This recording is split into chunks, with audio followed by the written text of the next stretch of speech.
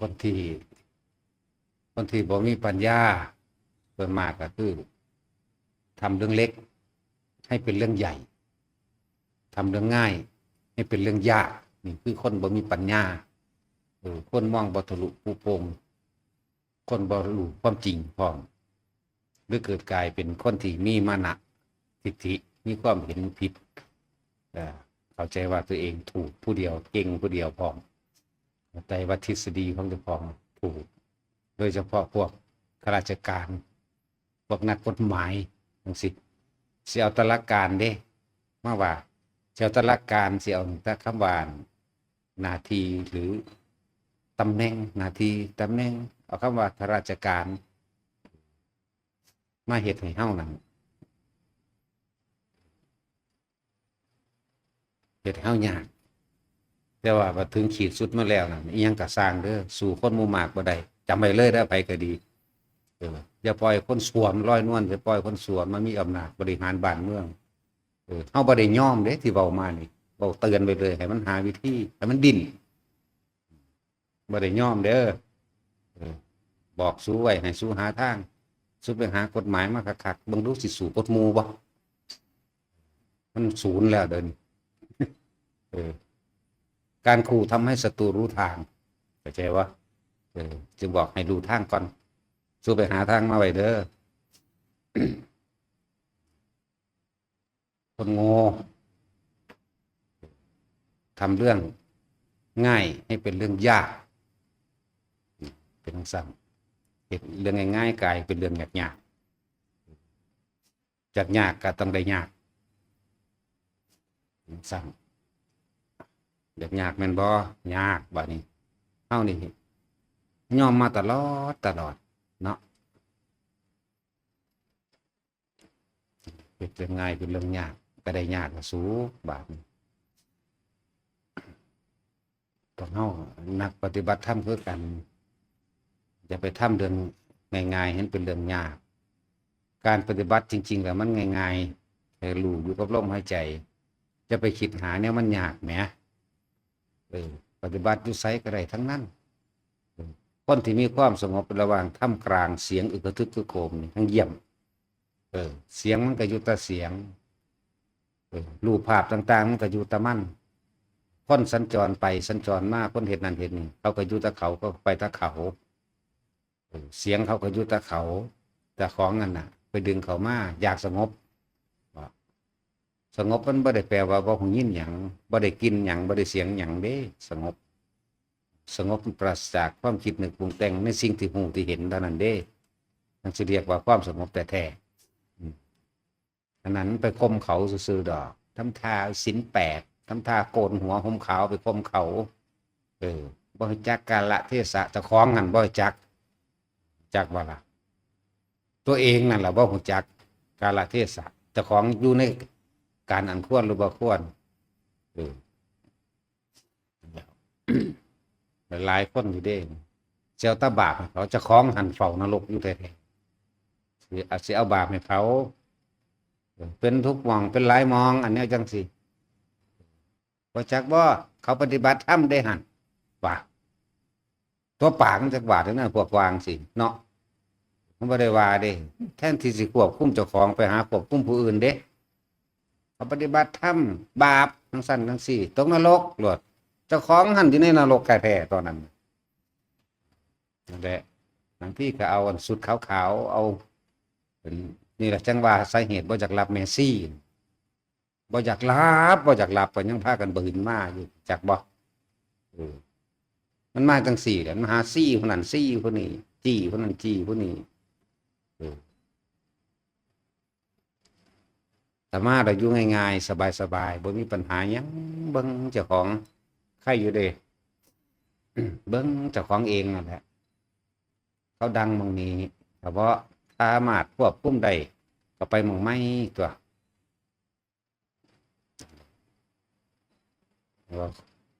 ต้องใส่ความสงบสยบความเคลื่อนไหวให้เบิ่งที่ใจเจ้าของเบิ่งที่ความคิดเจ้าของแหมคนเฮาสิสงบหรือว่าสงบนั่นน่ะมันบ่ได้ขึ้นอยู่กับผู้อื่นเด้มันขึ้นอยู่กับเจ้าของเอง พยายามรักษาประคองตัวเองเด้อแม่ซี่จะผิดกันเด้คู่ใดผิดกันคู่นั้นหนีเด้อจะมาอยู่มัน6 วัดคนลบวัดรู้จักว่าทั้งสั้นควบคุมตัวเองเด้อบัดผู้ใดก็สร้างนะจะไปควบคุมผู้อื่นมันถือใจเจ้าของไหมอยู่เฉพาะเจ้าของถ้าอยู่ในร่มแล้วอยู่ในหูดังแล้วมันสิอยากไล่มาจากใสมันสิเห็นไผเดิมถ้าอยู่ในร่มล่ะมันบ่ได้เห็นผู้อื่นมันบ่ได้หูยินเสียงผู้อื่นมันบ่ได้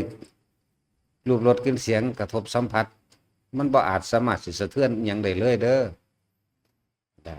จะอยู่แบบคน6 วัดนะคนรกวัดวัดคือวัดปฏิบัติเจ้าของเองมันไปดึงเข้ามามันหกใจเจ้าของเองมันหลายโพดดอกนาดควบคุมหรือปานนี้ก็ยังมีทะลุออกมาอยู่เนาะคุมเจ้าของเด้อแต่อยู่ว่าได้ว่าเขาเฮ็ดเสียงจากไรก็ไปซักที่นี่ยังยากจะเฮ็ดเรื่องง่ายมันเป็นเรื่องยากจะเฮ็ดเรื่องเล็กมันเป็นเรื่องใหญ่ไหม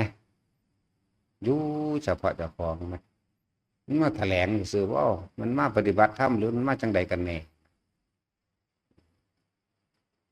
แต่ให้เบาๆสุดๆไปโลดเด้อยู่ใดก็ได้บ่ได้ก็สร้างเด้พวกเขาเจ้าอยู่เป็นก็คือสบายอยู่สบายอยู่จังสั่นบ่ได้ดิ้นบ่ได้ร่นอีหยังพอเขาเจ้าเบิ่งเจ้าเองคนที่เบิ่งเจ้าของเองมันบ่มีผู้ใดสัวเด้ใช่บ่ล่ะตัวเองต่างหากได้สัวที่มาเกิดบ่มีคนเลวเด้แต่คนเบิ่งเจ้าของบ่มีผู้ใดเลวบ่มีผู้ใดดีอยู่เฉพาะตนเองเด้อบางพวกก็มาเถียงอยู่ตลอดก็มีเด้บางพวกก็มาเพื่อสิแอบแฝงดูหมอดูลายมือเสียเคราะห์หาเงินเข้าวัดว่าซานเขาจะของกันมันมีมาขอเฮ็ดจังสี่หลายแล้วเด้อช่วยอาจารย์หาเงินเข้าวัดว่าซั่นปานว่าอาจารย์อยากได้เงินเนาะเอามาฝึกคนมาพัฒนาคนให้จักแบ่งปันให้จักเสียสละบนมันมาหาเงินสร้างวัดสร้างคนแล้ววัดคนก็สิสร้างเองดอกพระเจ้าสิมาสร้างเองดอกบ่หาแต่ว่าจังซั่นนั่นแหละต้องดักไว้ก่อนเบิดนี่แหละพวกนี้มาขอปลุกเสกอย่างพุทธาวิเศษก็มีมาขอว่าสิเข้าส่งหาเงินเข้าวัดก็มีหาเข้าเจ้าของหั่นเพื่อแฝงเข้ามาอีหยังเนาะนั่นแหละหลายอย่างแต่มีความคิดวางสัญญามาเด้อไปก็ดีครับอีกพวกหนึ่งตั้งใจไว้แล้วว่าสิกลับไปอยู่บ้านมาบวชแล้วก็จะไปอยู่บ้านอยู่กับเดือน2 เดือนซะก่อนจังสิก็มีไม่ได้เข้าใจเขาว่าให้ลืมหรือว่าให้ตัดอะไรของเก่าว่าเข้าใจพระวินัยเลยว่าพ้นนิสัยพร้อมเด้เป็นหลายแบบแล้วเป็นมาหลายแบบแล้วเขาต้องการผู้ที่เป็นถ้ามันนั่นเขาก็เบิ่งออกคือดอกอันว่าผู้ใดพ่อเอาตัวเองรอดได้พ้นได้เขาก็ให้ไปดอกบางพวกตั้งใจไว้จังสันตั้งใจว่าได้บวชแล้วกูสิขึ้นไปอยู่บ้านจังสันจังสีมีเหตุผลมากไหมแต่เหตุผลนั่นแหละพระเกิดพระตายจากอันพวกมีเหตุผลนั่นแหละโดยง่ายๆเขาต้องการผู้ตัดขาดจากทั้งโลกได้ตัดได้อีหลีแล้วเป็นพระอรหันต์แล้วเขาว่าห้ามดอกนี่ตัดสิไลหนีแล้วเนาะสร้างคนไหนเป็นพระเด้ก็ไม่เอามาว่าเพื่อบางอย่างเลยมันหลายแล้วมันหลายขึ้นเลยก็เลยอยากเว้าแน่ทั้งคนมามือเดียวเฝ้าไปสั่นก็มีทั้งคนใดอาทิตย์หนึ่งเฝ้าไปก็มีอะไรบางคนบ่มีเงินบวชเขาเนี่ยให้โอกาสให้ทุกคนได้ฝึกฝนตนเองแล้วเขากลับช่วยโอกาสในการฝึกแต่ยังเบาอยู่เรื่อยๆว่าผู้ใดอยากได้มรรคผลนิพพานผู้ใด อยากปฏิบัติธรรมได้แท้จริงอย่าบวชแล้วอย่าอยู่บ้านอันนี้บวชแล้วสิกลับไปอยู่บ้านก็ซ้ำเก่าตัวเนาะบวชแล้วได้อยู่บ้านแต่มันพ้นนิสัยสักก่อนจังไปได้จัก5 ปีก่อนดีบ่ดี5 ปียังบ่จักหยังเพิ่นบ่ไปซ้ำแต่ปีเดียวเพิ่นก็ให้ไปบัดนี้ถ้าผู้รู้จักแล้วบ่แม่นว่าเพิ่นจะเอาขังไว้อย่างเดียวดอกเบาย่ำประจำอยู่ดอกถ้าผู้ต้องการมรรคผลนิพพานตัดปริโภคคือความห่วงความกังวลออกอย่าบวชอยู่บ้านมึงอย่าบวชใกล้บ้านอันนี้ออกไกลๆบ้านโลดมันจังบ่ได้กังวลกับตระกูลครอบครัวญาติสนิทมิตรสหายหมู่พวกเพื่อนฝูงอาชีพเก่าๆบ่ได้กังวลต่างหากอันนี้กังวลแต่ว่าบวชแล้วสิบ่ได้ไปอยู่บ้านมันก็ละเรื่องกันเลยเด่นเนาะหลายเลยกลายเป็นว่าแม่นหยังบุแสดงฟังบ่เข้าใจ ผู้ใดคิดว่าบวชแล้วสิไปอยู่บ้านอย่ามาเด้อบาดบ่เอาแล้วนะเฮาบ่ได้หวงคนไว้ดอกแต่เฮาอยากได้คนที่ปฏิบัติตามพระธรรมพระวินัยวินัยเพิ่นอ่านเบิ่งในปัญญามาแนวใดก็บ่ผู้ใดมีความตั้งใจวางสัญญามาเด้อนะมันบ่รอดไหมกลับขึ้นไปกับไฟบ่รอดแถมสัมมาถึกตำหนิในอันว่าสำนักนี่สอนบ่ดีปล่อยคนมาได้จังใดบวชได้แค่เดือน1 2 เดือนก็ปล่อยออกมาแล้วแสดงว่าสำนักนี่สอนไม่จริงไม่ถูกไม่ตรงว่าเด้มันแม่นสำนักมันเป็นโดนบุคคลสำนักนี่มันก็ได้แต่บอกเขาซื่อๆอย่ามาร่วมว่าสำนักเด้เขาเอาผิดได้แต่ว่าเขาบ่เอาซื่อบ่ให้เขาเฮ็ดแต่ว่าล่ะผู้มันว่ามานั่นน่ะเพิ่นว่ากล่าวสู่โฆษณาทำให้ผู้อื่นเสียชื่อเสียงเขาบ่เฮ็ดมันผิดก็ผิดเรื่องกฎหมายมันก็ผิดแต่ว่าเขาบ่เฮ็ดสำหรับคนว่าก็แยกแยะเนี่ยเว้ยมันเป็นเรื่องของบุคคลคือเว้าเหมารวมว่าพระไม่ดีจังซั่นแหละคำว่าพระมันรวมมาจากพระพุทธเจ้าคนเดีรวมเบิดเลยเด้พระนั่นว่าแม่นภิกษุเด้พระนี่โสดาขึ้นไปฮอดพระพุทธเจ้าพุ่นพระนั่นแหละแยกแยะมันเป็น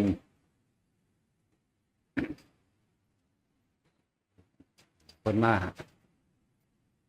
แต่ว่าเรื่องภาวนามันเป็นเรื่องง่ายๆแต่ว่าเฮ้ามันเฮ็ดยากเพราะว่าอยากได้กับอยากเป็นอยากได้หูทิพย์อยากได้ตาทิพย์อยากเป็นโสดาสกิทาคาอนาคาอรหันต์บ่ต้องอยากได้บ่ต้องอยากเป็นหยังดอกความมันถึงที่สุดเดี๋ยวมันไม่มีผู้ใดบรรลุหยังเด้มันสุดไปซื่อๆนี่เด้มันบ่มีหยังอยากได้หยังอยากเป็นหยังเด้มันไปตกหมกสภาพอยู่ว่างกับทุกอย่างซื่อๆนึงเด้บ่มีไผเป็นอรหันต์ดอกพอมันสุดแล้วมันบ่มีไผเป็นอันนั้นเป็นบันไดเป็นสื่อของมันสื่อดอกถามเบิ่งแม่ส่วนผู้ใดสิว่าเป็นยังบอกแต่ละคนไว้ว่าความสงบก็ต้องอยากดอกอยู่กับลมเข้าออกอยู่กับอุณหภูมิตัวเองเฝ้าสังเกตจิตตัวเองอยู่กับความว่างให้มันเป็นเพราะนั้นว่ากายเวทนาจิตธรรมอยู่กับสิ่งนี้คำว่าธรรมมันกว้างเรียกว่าอยู่กับความจริงในปัจจุบันขณะตัวเองนั่นแหละกายในกายก็คือลมหายใจกายในกายหนึ่งเวทนาในเวทนาก็คืออยู่กับอุเบกขาเวทนานั่นแหละจิตในจิตคือสติกำกับความคิดเจ้าของไว้เองบ่ให้มันคิดอย่างอื่นบ่ให้มันไปหาผู้อื่นให้มันอยู่กับตนก็คือลมหายใจนั่นแหละลมหายใจก็คือกายในกายอันหนึ่งอยู่แล้วอยู่กับธรรมเรื่อเป็นพิจารณาอยู่หั่นซับไปซับมาอยู่นี่แหละที่ไปใส่บ่ต้องอยากบรรลุบ่ต้องอยากสงบความสงบก็อยู่ในลมหายใจสติก็คือลมหายใจเข้าออกปัจจุบันก็คือลมหายใจเข้าออกนี่เห็นได้แค่นี้ ถึงว่าพวกเขาเห็นเรื่องง่ายๆมันเป็นเรื่องยากเนาะยากเพราะมันคิดเอาคิดอยากเป็นแบบนั้นคิดอยากเป็นแบบนี้คิดอยากไปหันไปนี่เด้ไปใช้กระสร้างผู้คนบรรลุนะมันก็อยู่ในลมหายใจนั่นแหละตราบใดคณะใดครูใดก็อยู่ในลมหายใจใดศีลสมาธิและปัญญาก็อยู่ในหันเด้ศีลคือการบ่เบียดเบียนทำลายผู้ใดเสียชีวิตทรัพย์สินทั้งคนสัตว์สมาธิจิตมันตั้งมั่นแน่วแน่มันก็ตั้งมั่นในลมนั่นแหละปัญญาคือการลืมเรียกว่าบ่นำเรื่องนั้นเรื่องนี้มาคิดนั่นแหละปัญญาก็เลยปัญญาแท้ๆก็เลยนั่นเป็นญาสังขารดอกรู้นั่นรู้นี่นั่นยังดูไปเกิดใหม่อยู่มันต้องละรู้ตั้งหากล่ะปัญญาศีลสมาธิและปัญญาก็อยู่ในอานาปานสตินั่นแหละเราจะทำเรื่องง่ายเป็นเรื่องยาก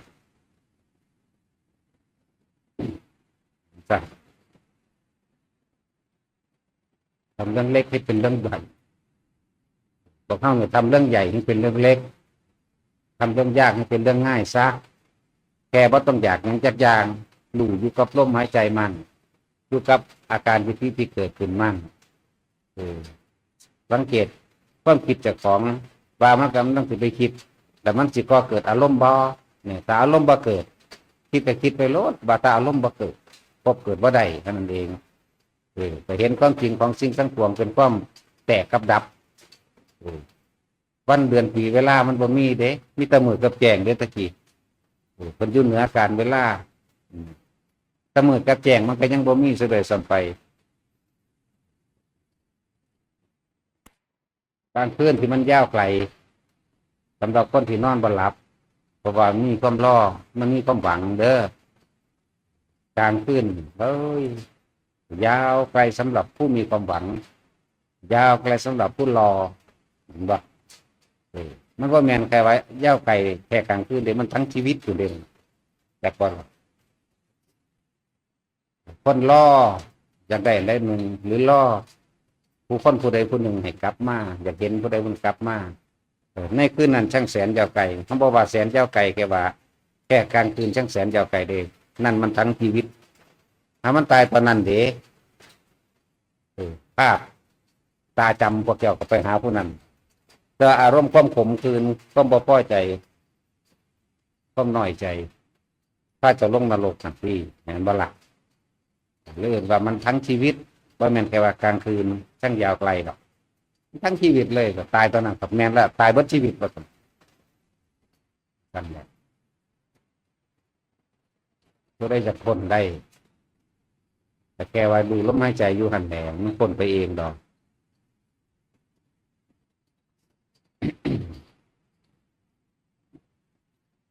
แต่ว่าแต่ละคนจะเห็นเรื่องไงมันเป็นเรื่องยากแต่ว่างความอยากลงแล้วก็อยู่กับแกลมหายใจสติกับแปลว่านึกถึงลมกับออกสัพพัญญ์อยากรู้สึกตัวในตัวเองอย่าไปรู้สึกตัวพอใจกับบ่พอใจกับผู้อื่นแค่นี้หนึ่งได้ง่ายๆหนึ่งได้นี่รู้ลมเข้าออกรู้สึกตัวในตัวเองขนาดหนึ่งได้แต่รู้สึกตัวในตัวเองได้มันเป็นอุเบกขา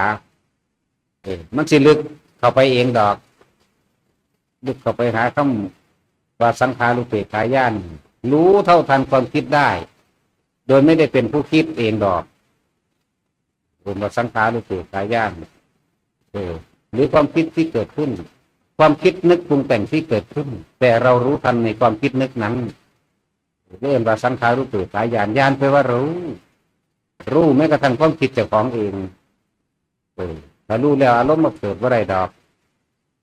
รู้แล้วมันก็หยุดนั่นแหละแล้วมันก็เอาเรื่องไม้มาอีกรู้อีกหยุดอีกรู้อีกรู้เท่าทำนั้นแบบ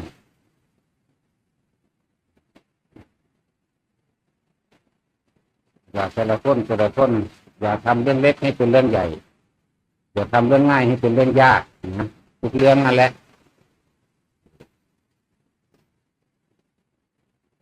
มันเขาเงียบเสียงเขาบ่ลังพวกทั้งบ้านเขาเงียบบ่ลังเสียงซา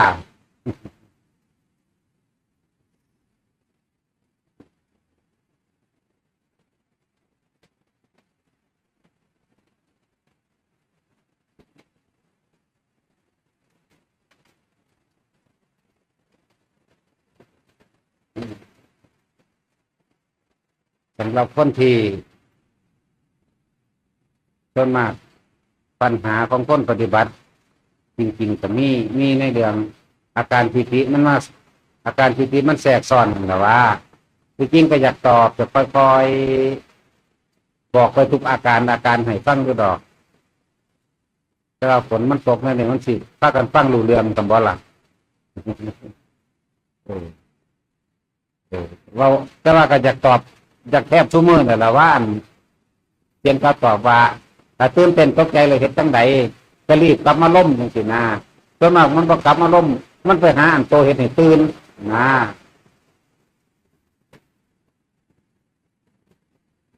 โอ้ยมันบ่ได้มีระบาดเหมือนฝนตกเด้อเพราะนั้นซักถ้ากันนั่งรถบ่ต้องสมาทานก็ได้ดอกเอาเลย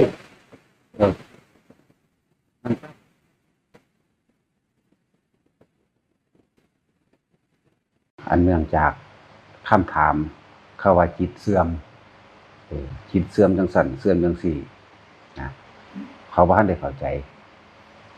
เขาบ่ทันได้เข้าใจธรรมชาติเด้อคำว่าจิตเสื่อมบ่มีอิหยังเสื่อมบ่มีอิหยังเกิดบ่มีอิหยังดับพร้อมถ้ามันเข้าถึงธรรมชาติแท้จริงมันแล้วทีนี้เฮาสิเว้าหลักการที่พวกเฮาพากันฝึกอยู่เดี๋ยวนี้คือการอาศัยลมหายใจเข้าลมหายใจออกแล้วก็มีอาการปิติที่พวกเฮาเอามาตั้งไว้ที่ระหว่างกลางหน้าผากจุดอุณาโลมนั่นเพื่อสิให้เฮาเดี๋ยวว่ามีเครื่องอยู่ของความรู้สึกนึกคิดของเจ้าของเป็นเหตุเป็นกุศโลบายในการที่สิเห็นธรรมชาติต่างๆบ่ว่าสิเป็นวัตถุโดยธรรมชาติอันเกิดขึ้นต้นไม้เกิดตายสัตว์หมูหมากาไก่เกิดตายคนเกิดตายเพื่อเฮาสิเห็นแบบเห็นโดยบ่เข้าไปยึดเห็นโดยว่าเข้าไปปรุงแต่งน้ำมันเห็นโดยบ่ได้ไปอาลัยอาวรณ์กับมันให้เฮาเห็นตัวนี้ต่างหากจุดหมายคือการเห็นอันนี้เห็นโดยบ่เข้าไปยึดมั่นถือมั่นกับสิ่งที่เกิดดับเด้เห็นโดยนิ่งๆเห็นโดยว่างๆจักว่าจึงให้วิธีปฏิบัติคือรู้ลมหายใจเข้าออกมีความรู้สึกนิ่มนวลอยู่กลางหน้าผากนั่นแหละนี่เป็นวิธีที่เฮาสิเข้าไปเห็นความเกิดความดับความเปลี่ยนแปลงไปเฮาสิบ่มีความคิดไหลไปเปลี่ยนแปลงไปหรือว่าไปเป็นทุกข์ไปยึดกับมันอยากให้มันเกิดเป็นความใดดังใจจิตเสื่อมมันบ่เสื่อมมันบ่มีอิหยังเสื่อมที่มันเสื่อมเพราะว่าหยังเฮาเข้าไปยึดมั่นถือมั่นในสิ่งใดสิ่งหนึ่งคือเขาว่าชาติเสื่อมจังซั่นชาติเสื่อมจังซี่ถ้าเกิดความยึดมั่นถือมั่นเข้าไปแล้วยึดติดเข้าไปแล้วความเสื่อมก็ตามมานั่นแหละแต่ถ้าเห็นตามความเป็นจริงมันก็เป็นธรรมดาอันนี้เกิดอันนี้ก็ดับเป็นธรรมดาบ่มีเกิดบ่มีดับบ่มีเสื่อมมันเป็นของมันอยู่จังซั่นเข้าใจมันแบบนั้นเฮาก็บ่ได้ไปบังคับบ่ได้ไปคล้อยตามตัวบ่บังคับบ่คล้อยตามนี่เป็นขั้นสุดเรียกว่าเป็นจุดหมายอันสูงสุดแล้วว่าเฮาบ่บังคับสิ่งใดสิ่งหนึ่งที่มันเกิดขึ้นเป็นธรรมดาแล้วมันก็ดับเป็นธรรมดาเป็นที่สุดของการฝึกหัดปฏิบัติคือรู้อยู่ซื่อๆรู้เฉยๆโดยบ่ได้เข้าไปยึดว่ามันต้องเป็นแบบนั้นแบบนี้เลยเฮาจึงมีวิธีตั้งแบบตั้งตัวนี้เป็นเครื่องอยู่ลมหายใจกับความรู้สึกระหว่างอุณาโลมการเกิดกลางหน้าผากตัวนี้สิเป็นตัวอยู่ในตัวเองเพราะว่าคนส่วนมากมันบ่ค่อยอยู่นำตัวเองมันไปอยู่กับผู้อื่นความคิดความรู้สึกอยู่กับผู้อื่นเบิดตั้งแต่ตื่นขึ้นมาจนว่าเขานอนหลับแม้ฝันไป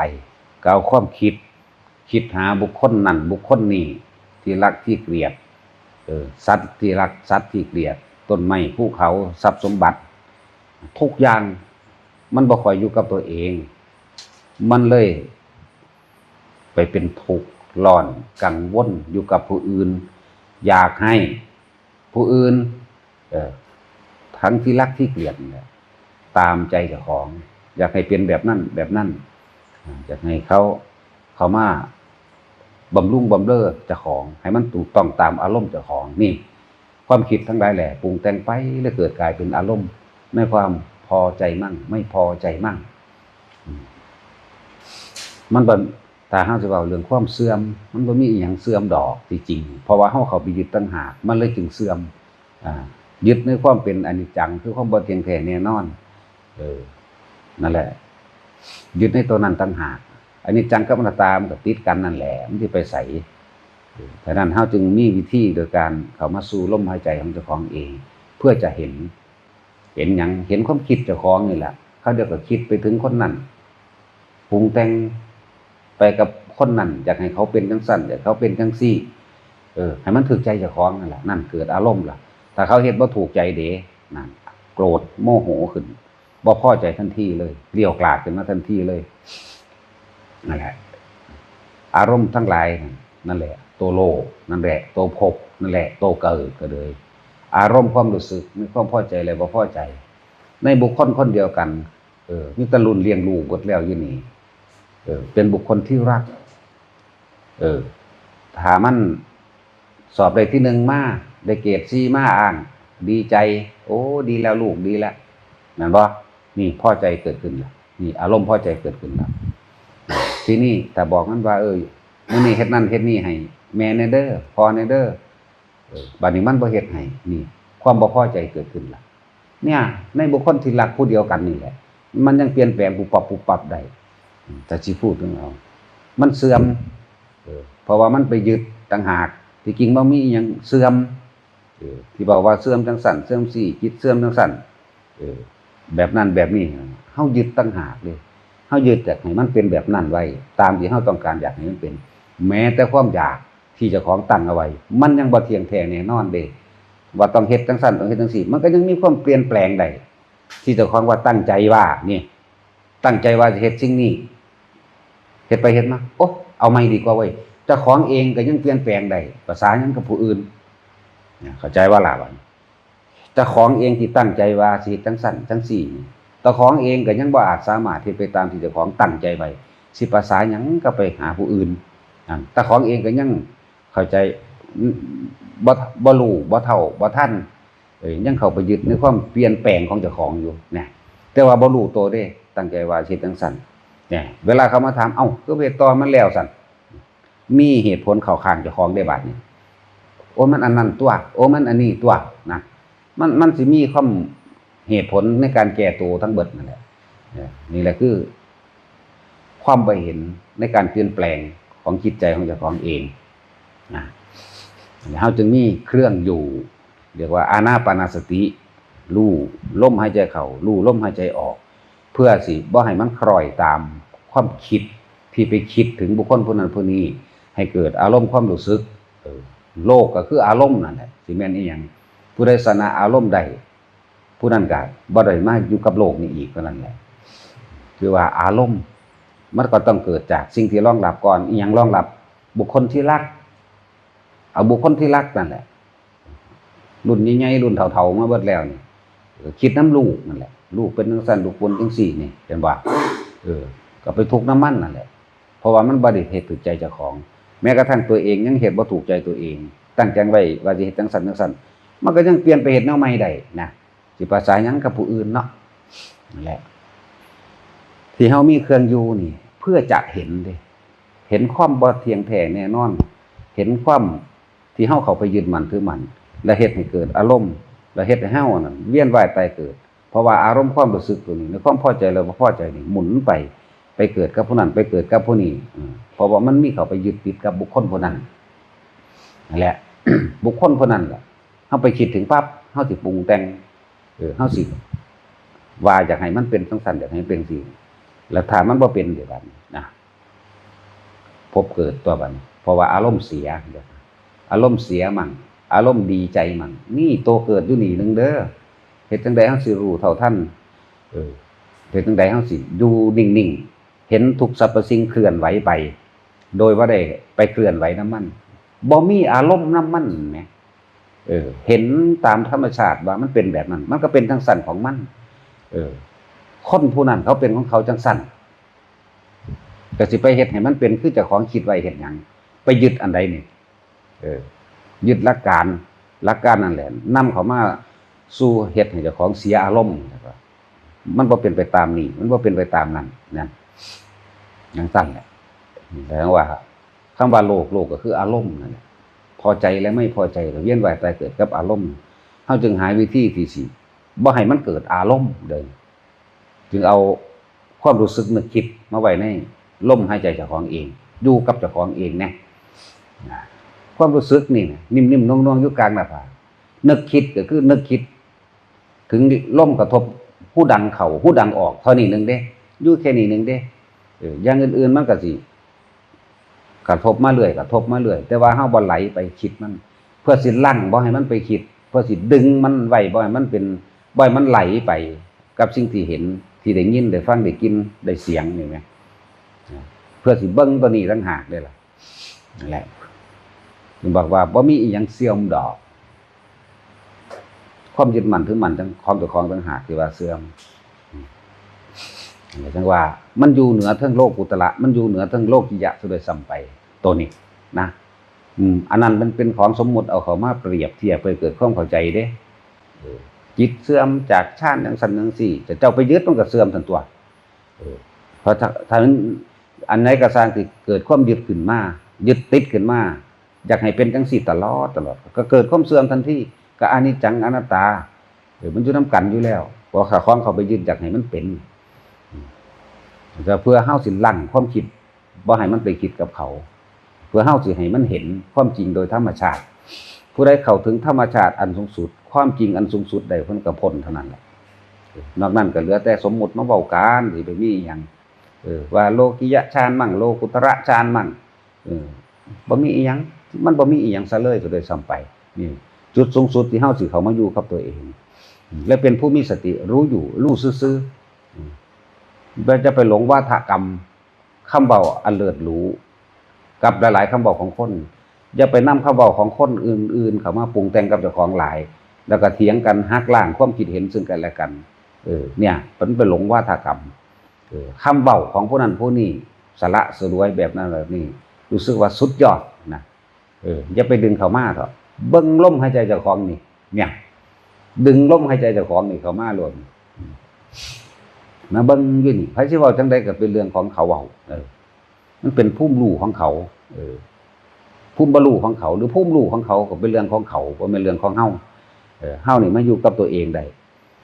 ขาดสิ้นจากสิ่งทั้งปวงใดคือผู้รู้อยู่ในลมหายใจของตัวของเท่านั้นบ่ต้องไปฮู้จักหยังเลยก็ได้จักว่าบ่ต้องไปฮู้จักหยังดอกที่จริงมันก็ต้องถิ่มความรู้ทั้งเบิดอยู่แล้วแหมบ่ว่าสิเป็นโลกิยะโลกุตระเป็นคำเว้าซื่อๆอยู่แต่กับลมนี่แหมเนียนแน่นิ่งเป็นกลมกลืนเป็นหนึ่งเดียวกันกับลมหายใจเจ้าของตายในขณะนั้นนะมันเป็นอรหันต์เบิดนั่นแหละจบเลยว่าต้องมาเกิดอันต้องเป็นคำว่าเป็นก็เป็นสมมุติเอามาเว้าซื่อๆเด้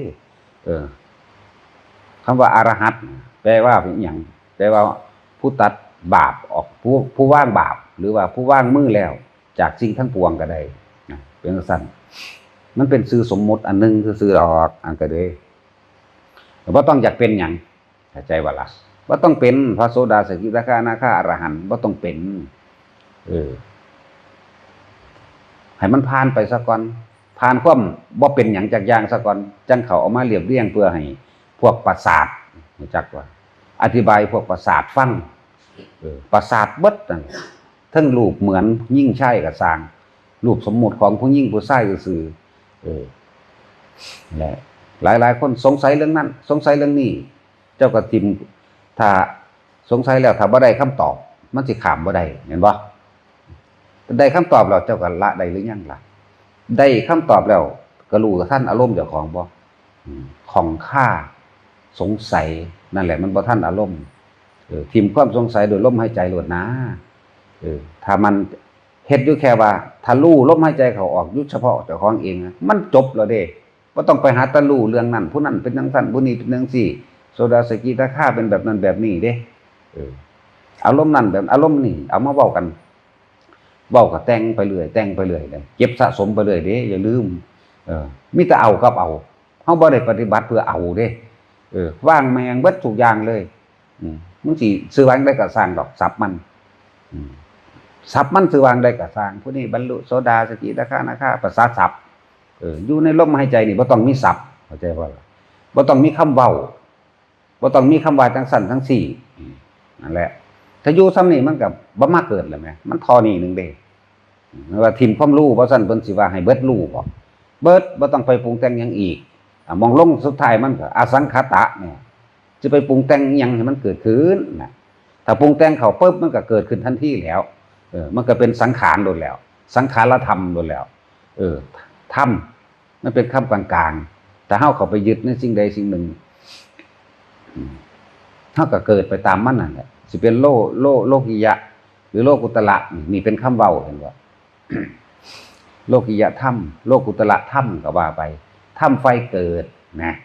นี่อวิชชาเป็นปัจจัยบังเกิดสังขารเป็นต้นนั่นเหตุปัจจัยทั้งหลายความสัมพันธภาพลงตัวในความเกิดเหตุปัจจัยทั้งหลายความสัมพันธภาพในความดับก็เลยเอ่นว่าปัจจัยการนั่นแหละคือปัจจัยทั้งเบิดน่ะปัจจัยการนะนี่เฮาบ่หาตะทองได้ทั้งเบิดก็ได้ดอกถ้าเข้าใจแล้วมันคงจะว่ากูสิอยู่กับลมกูอย่างเดียวนี่เนี่ยสิอยู่เฉพาะลมหายใจอย่างเดียวบ่สนอย่างอื่นเนี่ยบ่ต้องรู้หยังเพราะว่าเฮาฟังมามากแล้วแต่ละคนอันผู้รู้มากๆล่ะรู้เป็นประสาทรู้แล้วก็บ้าไปตามอันรู้มากๆฟังองค์นั้นฟังองค์นี้ก็เอาวาทธรรมนั่นแหละมาถกมาเถียงทะเลาะทุ่มเถียงกันเกิดอารมณ์พอใจมั่งบ่พอใจมั่งกับบุคคลผู้นั้นผู้นี้ลมหายใจเฮามันบ่มีความพอใจเลยบ่พอใจมันอยู่ในหันมันดับเอาอยู่แค่นั้นเด้บ่รัดเอาจังซี่สั่นๆเอาจังซี่โลดเฮ็ดไปโลดนะแหละจังว่าบ่มีอีหยังเสื่อมดอกจิตมันสิเสื่อมได้จังได๋ความคิดมันคิดไปหาผู้นั้นมันคิดไปหาผู้นี้มันเสื่อมเป็นอยู่บ่มันมีแต่สิพุ่งไปเรื่อยๆที่จิตเสื่อมบ่เป็นนะแต่มันเสื่อมเป็นมันก็บ่มากเกินตัวพอมันเสื่อมแล้วก็สลายกันแหมเนาะมันก็เป็นสั่นแหม บ่มีหยังเสื่อมบ่มีหยังเกิดบ่มีหยังดับเสื่อมเพราะว่ายึดว่าอยากให้มันเป็นจังซี่ตลอดว่าเพราะว่าเขายึดเด้พวกเขาเจ้าเก่งๆเว้าโบราณมาให้ฟังจังซี่คือพวกเขาชาญเราเสื่อมจังซั่นเขาเราเสื่อมจังซี่ก็เพราะว่าเจ้าไปยึดหม่องมันเข้าไว้เจ้าอยู่ซื่อๆธรรมดานี่ได้บ่ก็คือว่านั่นแหละ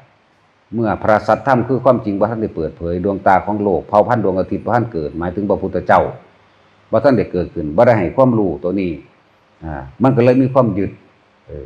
เขาฝึกหัดปฏิบัติเขาเอาเพื่อการเข้าไปยึดในความดับแบบอาตตาตัวตนดับแบบยืนยันตัดสินแบบว่าต้องเป็นแบบนี้นี่สิ้นสุดแห่งทุกข์แล้วพวกเขาเข้าไปในฌาน4จังซี่นั่นแหละแต่ว่าเขาบ่เห็นความว่าดับนั่นดับบ่จริงดับนั่นยังเบิดอายุของมันแล้วแต่ต้องมาเกิดอีก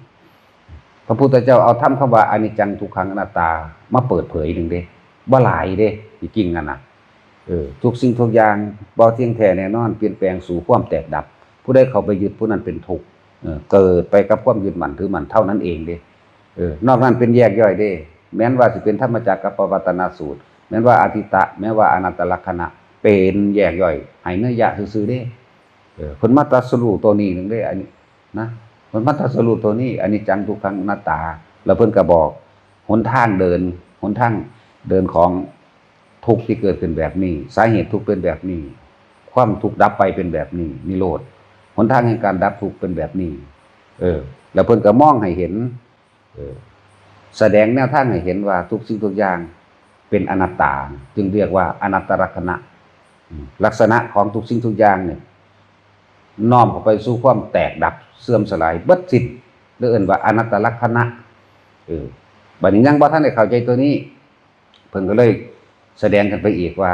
ตาหูจมูกลิ้นกายใจเป็นของร้อนรูปเสียงกลิ่นรสสัมผัสอารมณ์เป็นของร้อนเนี่ยเพิ่นให้เนื้อยะเพื่อสิเขาไม่เห็นความแตกดับคือเก่านี่แหละเป็นจังซั่นเพิ่นให้แนวทางพวกเฮาบัดนี้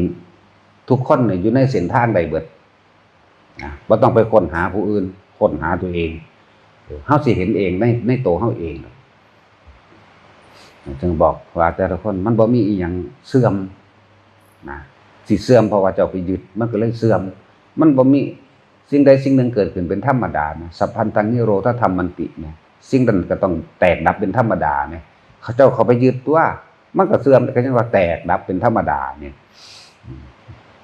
แต่จังว่าเฮาบ่ต้องไปยึดหยังพยายามถ้าจะยึดจริงๆนะ ยึดลมหายใจเจ้าของนั่นแหละนี่บอกมองยึดยึดเลยยึดลมนั่นแหละแล้วก็เฮ็ดได้ตลอดการทุกเมื่ออีกต่างหากเด้ที่พวกเข้าพากันเฮ็ดอยู่นี่รู้ลมหายใจเข้ารู้ลมหายใจออกจับจุดอุณาโลมนี่ก็เลยบอกว่าให้เอาความรู้สึกนึกคิดอยู่กับเจ้าของมันจังบ่ไปปึงมันจังบ่ไปสร้างภพสร้างชาติที่เฮาฝึกนี่เพื่อเฮาสิให้มันเห็นเลยเรียกว่าวิหารธรรมนี่เป็นภาษาแต่ที่จริงว่ารู้ลมหายใจเข้าออกกับนิ่มๆนวลๆอยู่กลางหน้าผากเจ้าของใดบล็อกนี่เนี่ยเอานี่เลยมันสิได้แปลไปหลายบทคำว่าวิหารธรรมธรรมมันกว้างแปลไปหลายวิหารก็กว้างเดี๋ยวก็เป็นโบสถ์เดี๋ยวก็เป็นศาลาเดี๋ยวก็เป็นสวมเนาะแม่นบ่ล่ะมันกว้างโพดอันอีหยังคือวิหารเอาอีกแล้วสวมก็เอิ้นวิหารเด้เวชจักกุดีแน่ก็วิหารคือเก่าเนาะก็เลยว่าอยู่ในลมหายใจนี่แหมวูบเข้าวูบออกวูบเข้าวูบออกอยู่ซ้ำนี่แหมแล้วก็มีความนิ่มๆนวลๆอยู่กลางหน้าผากเป็นจุดเริ่มต้นเพื่อสิให้มันเห็นความคิดเจ้าของเดี๋ยวก็คิดไปหามันดึงมันขึ้นมาตัวคิดไปหาหมูหมากาไก่คิดไปหาต้นไม้และภูเขาคิดไปหาน้ำหาห้วยหนองคลองบึงคิดไปหาให้หาหน้าคิดไปหารถหาเรือคิดไปหาบุคคลที่รักที่เกลียดแน่นี่ก็คิดไปนี่เพื่อสิเห็นอันนี้แวบเข้ามาสู่ลมหายใจดับเบิดล่ะถ้ามันอยู่ในลมหายใจมันก็ดับเบิดแล้วเด้เนี่ยดับโดยมันบ่ได้ไปดับมันเด้ความจริงบ่ได้ดับอยู่ในลมหายใจได้ดับล่ะดับเอาเองบัดนี้เวลาออกมาคิดใหม่ดูนะในระยะเวลาที่เฮาอยู่ในลมหายใจได้แค่5นาทีนี่เนาะ5นาทีมันคือบ่ได้คิดพอหยังนั้นมันดับเอาเองเด้เฮาบ่ได้ไปกุมดับมันเด้เฮาแค่รู้อยู่ในลมหายใจแค่นั้นเอาแค่นี้นะเฮ็ดไปเท่าตายบ่มาเกิดอีกก็แล้วกันนะพวกเจ้าสิฮักลูกพวกเจ้าปานใดก็สร้างดอกเนาะกลุ่มว่าอยากให้มันเฮ็ดจังซั่นจังซี่มีแต่พวกเจ้าเกิดไปเรื่อยล่ะนั่นแหละรู้บ่ทันมันเห็นบ่ รู้บ่ทั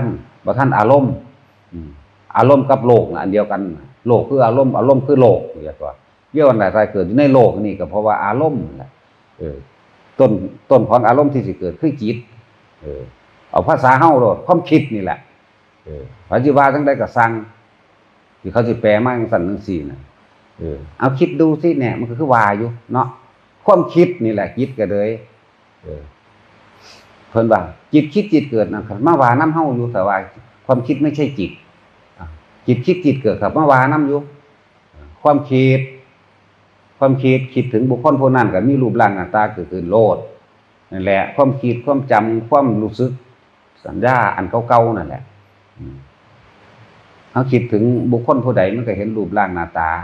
แล้วก็ความเกี่ยวพันและสัมพันธ์อีหยังกันอยู่ได้หั่นแล้วก็เกิดความรู้สึกในความพอใจและบ่พอใจกับบุคคลผู้นั้นแหละความคิดจิตมโนวิญญาณกับความคิดนี่แหละมโนกับความคิดนี่แหละวิญญาณก็เกิดจากรับรู้ในความรู้สึกแล้วเลยมาเป็นความคิดแยกต่างหากอยู่ได้คำว่าวิญญาณเด้อเพราะว่ามันมีวิญญาณรับรู้ความรู้สึกในความพอใจและบ่พอใจบ่แม่นวิญญาณผีเด้บ่แม่นผีแบบนั้นเด้อันนี้แยกออกเอาความรู้สึกลดความคิดกับความรู้สึกผู้ใดแยกความคิดกับความรู้สึกออกได้สบายจักก็ล่ะคิดไปหาบุคคลผู้นั้นบ่มีความรู้สึกในความพอใจและบ่พอใจนี่ฮะมันจะจบแล้วเด้นี่นะนั่นแหละที่ว่าเห็นลึกล้ำเข้าไปนี่มันบ่มีหยังเกิดบ่มีหยังดับเพราะว่าเฮาเข้าไปยึดมั่นถือมั่นมันจึงเกิดมันจึงดับบ่มีหยังเสื่อมแล้วบ่มีหยังเจริญเพราะว่าเฮาเข้าไปยึดมั่นถือมั่นมันจึงเสื่อมจึงเจริญเฮาไปคิดปรุงแต่งถ้าว่าเจริญมันก็ได้ใจเจ้าของแต่ว่าเสื่อมมันบ่ได้ถูกใจเจ้าของซื่อๆนี่รู้อยู่ซื่อๆบ่ทุกอย่างนี่นะเฮาบ่ได้คิดกับลมเด้ว่าเฮานั่งอยู่ในห่มไม้จังซี่ลมพัดมาแล้วก็มันก็พัดไปแน่แต่เฮาว่าโอ้อยากได้แต่ลมเย็นๆนั่นแหละไปเกิดน้ำลมเย็นๆนั่นแหละน้ำความรู้สึกนั่นแหละจักว่าลมมาหรือบ่มาก็สร้างถ้าเฮาบ่ไปปรุงแต่งมันนั่งอยู่ใต้ห่มไม้ถ้าลมพัดมามันร้อนๆสมมุติว่าคนไปเฮ็ดเวียกเมื่อยร้อนนั่งลมเย็นสวยมาเด้ใครแน่บาดนี่ว่าเด้นั่นน่ะเห็นบ่ล่ะมันไปติดเห็นบ่ล่ะเป็นจังซั่นถ้าอยู่ซื่อๆโลดมันสิเป็นหยังเดี๋ยวนี้เย็นก็ฮู้ว่าเย็นซื่อๆบัดนี้มันสิเป็นจังซี่เด้บัดนี้มื้อใหม่มาลมบ่มาแดดก็แดดร้อนก็ร้อนแม่นลมมาบ่ลมร้อนๆก็สร้างได้บัดศูนย์ขึ้นได้บัดนี้นี่แหม เจ้าของเองก็ยังพอแห้งอยู่ในเจ้าของเองสิไปสาหยังกับไปคุ้มผู้อื่นนี่เป็นดังใจเจ้าของเนาะทุกคนมีวันสุดท้ายทั้งเบิดบุคคลที่รักก็ต้องตายบุคคลที่ไม่รักก็ต้องตายสัตว์ทั้งหลายก็ต้องตายตัวเองก็ต้องมีวันสุดท้ายคือตายเสมอกันนี่แม้ความเสมอไหมตายเสมอกันพวกเจ้าไปยึดหยังพวกเจ้าอยากไปรู้อีหยังรู้ความปรุงความแต่งไปเกิดเห็นหยังอยากเป็นนั่นอยากเป็นนี่นะเป็นแมงได้มันยากกว่านี่เนาะเป็นเราไปเกิดได้สิบอกให้เด้อผู้ใดมีความเป็นผู้นั้นไปเกิดกับความเป็นนั่นแหละถึงซะว่าเกิดเป็นหยังมันก็ทุกข์เบิดนั่นแหละเข้าใจว่าล่ะพวกเจ้าว่าพระอินทร์พระพรหมบ่ทุกข์บ่ยุ่งยากกับเมียกับลูกเต็มอยู่เด้ว่าธรรมดาเด้แน่ทุกข์คือเก่าคิดว่าเขาบ่มีติผัวเดียวเมียเดียวบ่มีทางหลายก็เฮาอีกพวกนั้นเนาะแม่นบ่ล่ะฮู้จักซ้ำบ่บ่พระอินทร์มีเมีย4เห็นบ่เนี่ยในตำราเก่ามากก็ดีเนาะนางสุธรรมานางสุชาดาไล่ไปที่ล่ะอีกนางนึงไปเกิดเป็นนางนกกระย่างขาวโอ้ยตายแล้วเมียกูนั่นเห็นบ่ล่ะยังลงไปสอนให้เมียมาเป็นเมียเจ้าของอยู่มันน่ะนั่นแหละยึดยากกว่าล่ะปล่อยแม่งถิ่มเลยบ่หยังยากหยังแต่พอปล่อยถิ่มก็ไปเกิดน้องกันแหละลองเบิ่งเด้อมีไผเอาผัวเอาเมียไปนำได้อยู่พระนิพพานบ่ได้เอาไผไปเด้จักบ่ล่ะพระนิพพานบ่ได้เอาไผไปเด้บ่ได้จูงแขนกันเข้าไปกับพญานายเด้ไอ้จอยจูงแขนเข้าไปเห็นบ่เอาจังซั่นบ่มีทางเจ้าอย่าเอาบักอันบุตรลูกเจ้าไปนำเด้อบ่แม่นลูกเจ้าดอกเจ้าไปเก็บได้ในทางขยะเจ้าทิ่มไว้หน้าโรงพยาบาลบอกความจริงมันแน่ขี้ร้ายคักปานนี้คือก้อนหินนี่แหมคูหลูอยู่ตัดสินเขาฝากกันถึงโทรศัพท์โอ้ยเอาให้ฝากถ้าเอาถ่ายฝากให้คนบ่มีสมองจังซั่นนั่นน่ะปีนหน้าปีนหลังอยู่หันหน้ากล้องมาใส่เจ้าของอีกโอ้ยเนาะซึ่งมันคือแม่มันคักเนาะว่ามันมีสมองคือกันคักบัดนี้จังใส่แว่นจังเฮ็ดจังสีลงกว่าโอ้ยหังคือคักตาสินหัวนั่นแหละวันสุดท้ายของทุกคนมีมาทั้งนั้นแหละพวกเจ้าต้องหยุดก่อนที่มันสิถึงวันสุดท้ายได้เข้าใจบ่วันสุดท้ายบุคคลที่รักมันก็ตายบุคคลที่เกลียดมันก็ตายแล้วเฮาสิรักเฮาสิเกลียดกันไปหยังแม้ในสุดท้ายแล้วสิ่งที่เป็นอันเป็นที่รักมากที่สุดคือเลือดร่างกายของเจ้าของนี่แหมก็ต้องตายนะพวกเจ้าไปติดของค่าอีหยังไปค่าอีหยังกับมันนั่นฝึกเอาฝึกอยู่กับลมมากๆมันค่อยเห็นดอกเข้าใจว่าอีเตี้ย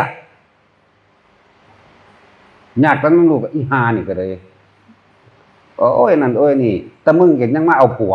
ก็ให้มันเอาผัวนี่แล้วเว้ยเด้อกูจะให้มันเอาจัก100ผัว200ผัว300ผัวคนเด้เอามันสุดใจมันไปเลยจักว่าล่ะเอา10,000 100,000 ล้านนึงคนน่ะเนาะโอ้ยญาตินั่นน่ะนี่มันสิตายคือเก่าล่ะแต่มึงก็ยังสิตายตั้งแต่ผัวมึงก็ยังบ่เอาเนาะมึงสิไปดัดแปลงผู้นั้นผู้นี้เป็นได้หยังมึงอยู่ในลมหายใจอยู่ในหูดังมึงนะว่านี่จะคิดไปตะน้ำเขาหลายก็ยังว่ามึงสิไปเกิดเป็นสังเสพชาติแบคทีเรียถ้าสิว่าใส่เดือนก็จักสิว่าบ่ทันได้มันสิเป็นจังซั่นแหละอยู่กับตัวเองให้มากอยู่กับลมหายใจอยู่กับอุณหภูมิป้องกันความคิดมันก็ท่องคาถานั่นคาถานี่ตัวท่องความนอบน้อมพระพุทธเจ้าไปเรื่อยบังคับไว้บ่มันไปคิดน้ำมันแต่แม่มึงก็ตายแล้วเด้เนาะมึงคิดว่ามึงสิบ่ตายป่ะโอ้ยอีห่ามึงเอาละพ่อบาดบันทึกไว้แล้วเนาะ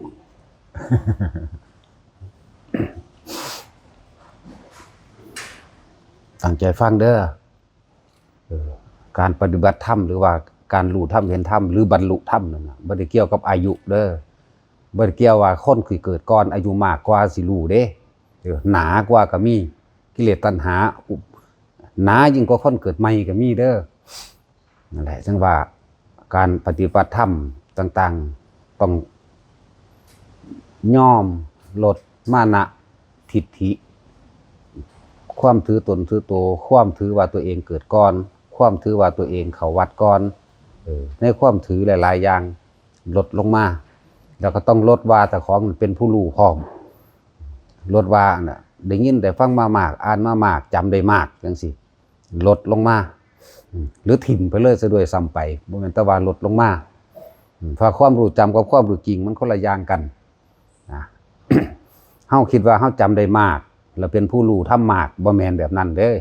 จำได้มากยิ่งมีมานะทิฏฐิมากยิ่งเอาความรู้ที่จำได้เนี่ยไปหาคมข้นมากพร้อมจริงๆมันต้องละสิ่งทั้งหลายเหล่านั้นออกหน้าเด้ตัวสิมันรู้ธรรมเห็นธรรมจริงๆนั่นน่ะก็คือตัวรู้อารมณ์ต่างหากล่ะอันใดละอารมณ์ใดความพอใจกับบ่พอใจใดอันนี้ต่างหากตัวละกิเลสมันแท้ๆมันนั่นน่ะบ่แม่นเอาความรู้จำจดจำมาได้มามากๆบ่แม่นว่าเอาปอท่อนั้นปอท่อนี้นะบ่แม่นว่าเอาจบอันประโยคนั้นประโยคนี้หรือว่าทำตีทำโทษทำเอกนะไม่มีความหมายนี่ก็จบมาหลายใบแล้วอันซ้ำทำตีโทษเอกนะ9 ใบแล้วทำเอกก็เลยตั้งแต่บวชนี่ยังคุณยังไม่ได้บรรลุอย่างเลยจากว่าละปอท่อมันก็เลยว่าละไม่ต้องห่วงดอกมันก็เลยนั่นแหละจังว่าพวกอย่าเข้าใจว่าตัวเองเกิดก่อนรู้กว่าเด็กน้อยซ้ำนี่สิมารู้อีหยังปานนี้บ่แม่นเด้อว่าสันเน้นสิบรรลุธรรมได้บ่เน้นสิบรรลุอรหันต์ได้บ่ถ้าว่าเขาเกิดที่หลังแม่นบ่จะเป็นเถรใบล้านเปล่าโบธิตะจดจำคำสอนพุทธเจ้าได้มากเป็นครูเป็นอาจารย์หมู่แต่ว่าละอารมณ์ความรู้สึกความพอใจแล้วบ่พอใจบ่ได้ละสังโยชน์10ก็บ่ได้นั่นแหละที่พระพุทธเจ้าเพิ่นทรมานสามเณรน้อยๆผู้หนึ่งสุมาณะสามเณรเป็นลูกศิษย์ของโพธิตะนี่เอิ้นว่าเถรใบล้านเปาจื้อจำได้มากจดจำได้มากมีลูกศิษย์ลูกหามากแต่ว่าลูกศิษย์ลูกหาเขาทำตามคำสอนที่เขาคันบรรลุธรรมที่แบบนี้สุมาณะสามเณรบรรลุเป็นพระอรหันต์มื้อนึงพระพุทธเจ้าเพิ่นทรมานโพธิตะ บอกว่ามื้อนี้อยากละบอกสามเณรน้อยๆสุมาณะสามเณรเธอจงไปนำเอาน้ำแห่งสระอาโนดาตมาให้เราตถาคตเนี่ยตถาคตจะบ้วนปากรู้จักว่าสระอโนดาตอยู่ไสอยู่สวรรค์สันดาวดึงพุ่นเด้สามเณรสุมาณะถือบาตรได้ก็เหาะขึ้นไปเลยจังซั่นแล้วไปถึงกับพญานาคมันมา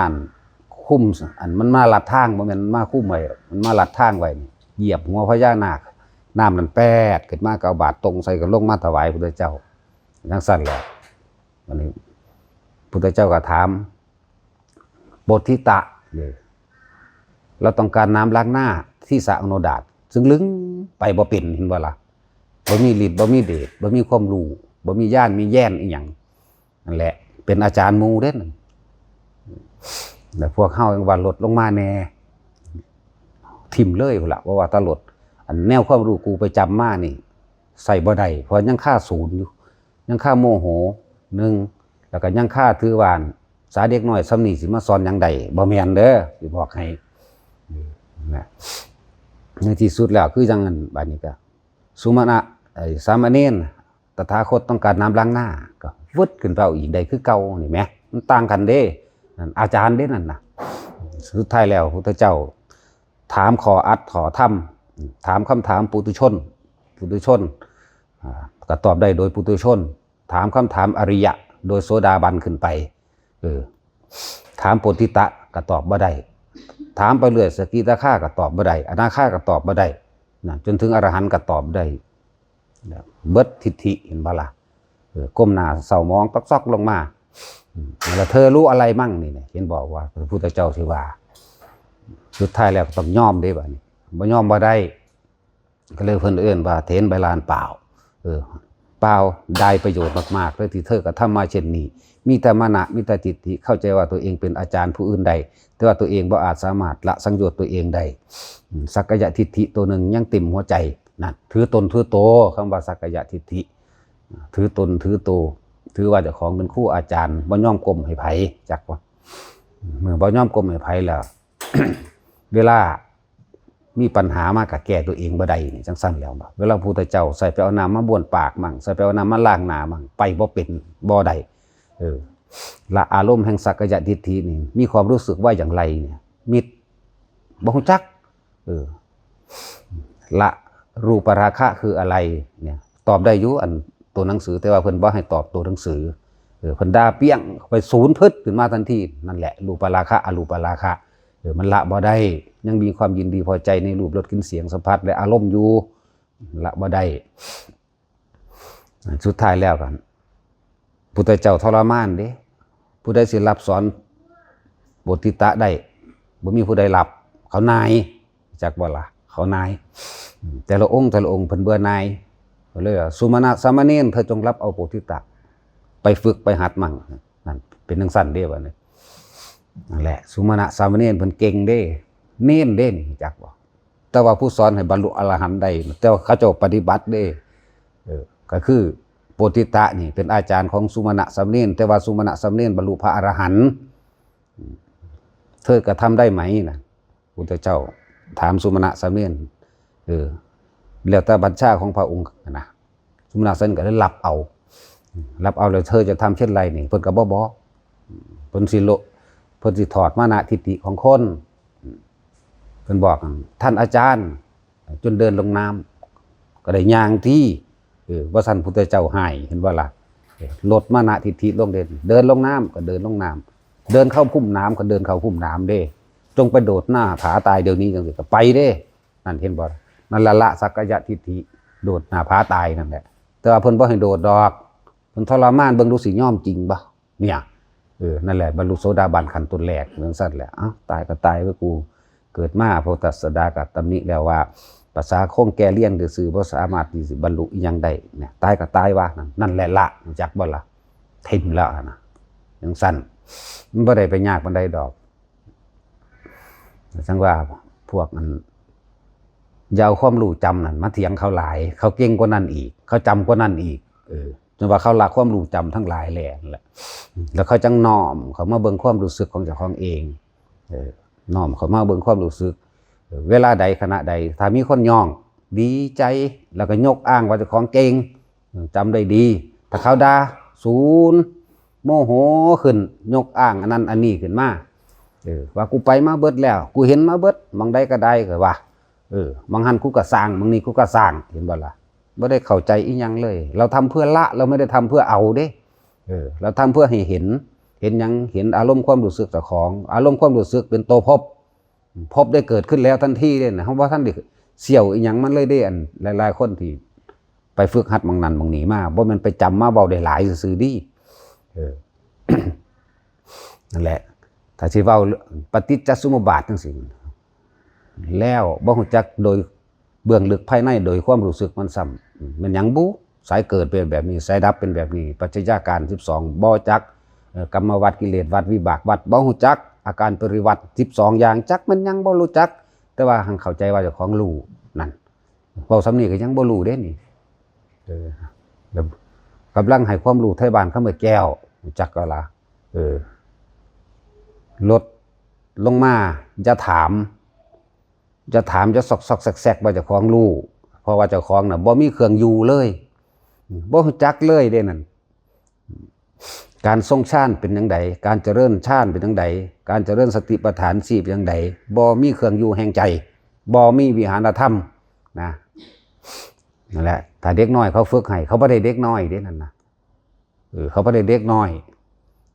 เจ้าของเองยังสิกลับขึ้นมาเกิดอีกอยู่แต่ว่าเขาบ่มาก็แล้วกันนาเขาบ่มา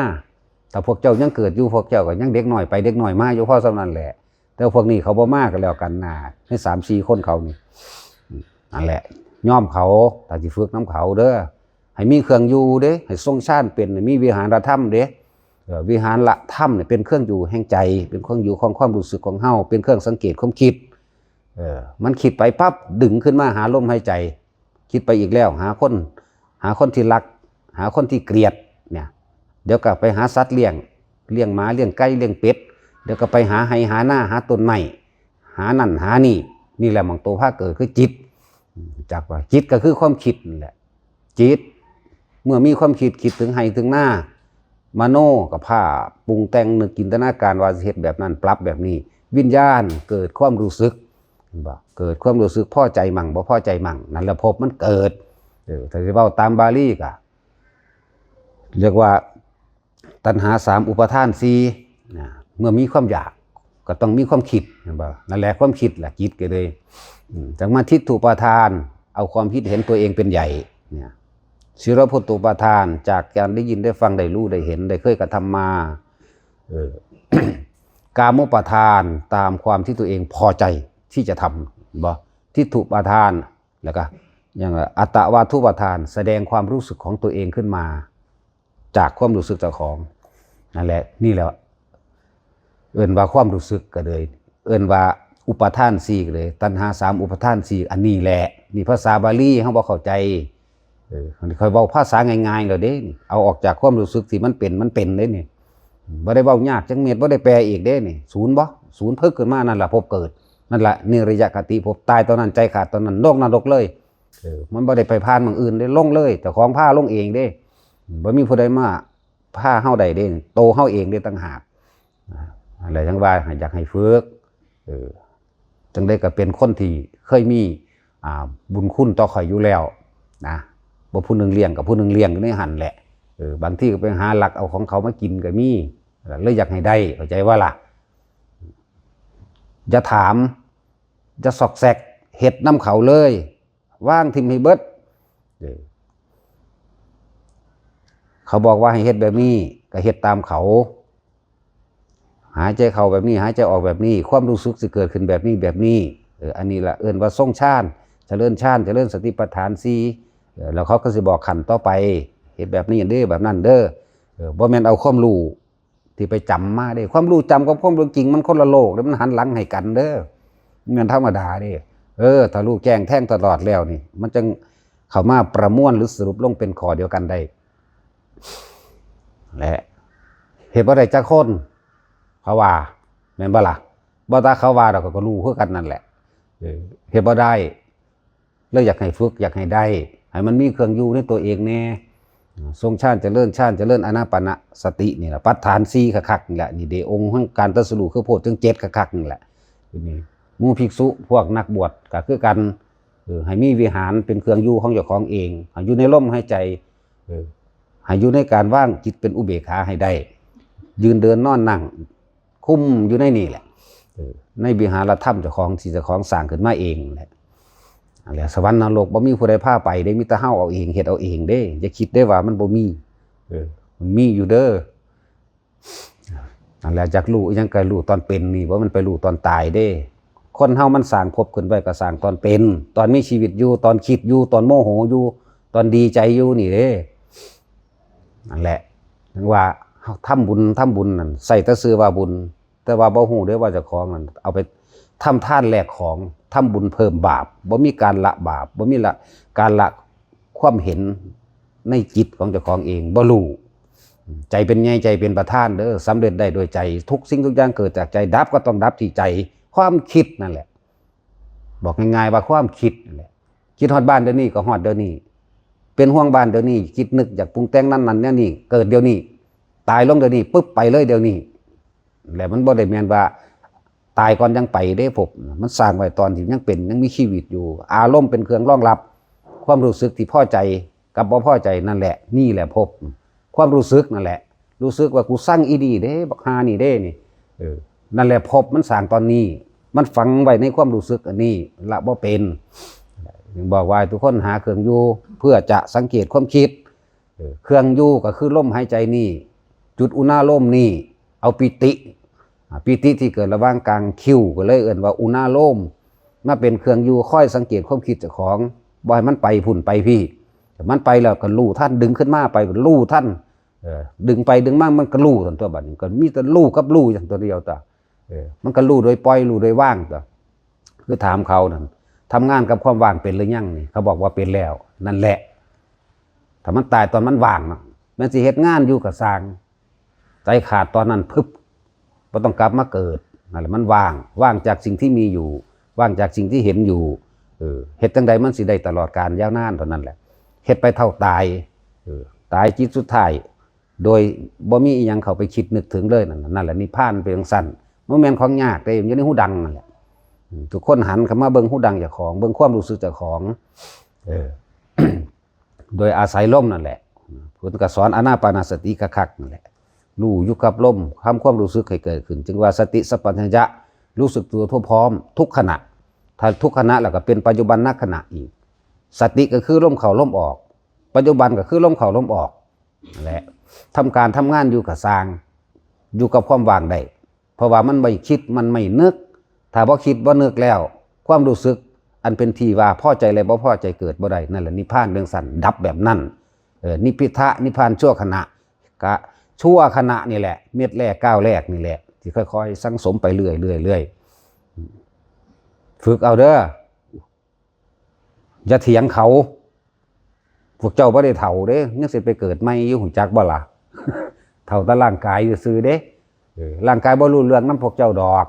นะร่างกายนั่นน่ะมีแต่รอเวลาตายเท่านั้นแหละตายแล้วพวกเจ้าก็ยังสิเสียดายกูเจ็บกูปวดอันนั้นนี่ผู้ใดทรงฌานใดผู้ใดฝึกตัวนี้เป็นได้น่ะระงับฮอดความเจ็บปวดในร่างกายพุ่นเด้อตายหายห่วงเด้พวกนี้บ่ได้ห่วงกับร่างกายเลยมันเข้าสู่จุดว่างความรู้สึกอันความเจ็บปวดได้บ่มีมันบ่หูเมื่อไปจังซั่นเด้มันบ่เจ็บบ่ปวดเด้อไปพากันฝึกเอาแล้วก็อย่าเถียงอย่าถามเพราะคำถามทั้งหลายไปเอามาจากความจำผู้อื่นเวลาเขาเว้าปุ๊บเอาความจำมาจากผู้นั้นผู้นี้มาเทียบปั๊บใส่ว่าแมนดักจังซั่นจังซี่นั่นแหละถึงว่าให้พากันฝึกเอาซะก่อนให้มันได้จังเมื่อเข้าใจว่าล่ะพอนะจักว่าล่ะตนเป็นคนสำคัญคือการสำคัญว่าอยากได้ความรักตอบนั่นเองบ่แม่นว่าสิเป็นฐานะในความรักของพ่อแม่ฮักลูกหรือลูกฮักพ่อแม่ฮักพี่น้องกันเองแล้วแต่ ยิ่งรักในฐานะปู่ย่าตายายลุงป้าอาเอาพี่น้องต่างๆทุกความรักแต่ละคนนะย่อมมีความยกตนเป็นคนสำคัญขึ้นมาในแต่ตามฐานะแล้วก็เรียกร้องความสนใจและเห็นใจสิไปว่าอย่างนี้กับความรักระหว่างหนุ่มสาวความรักต่างๆทั้งหลายนี่สร้างความสุขก็ได้สร้างความเศร้าก็ได้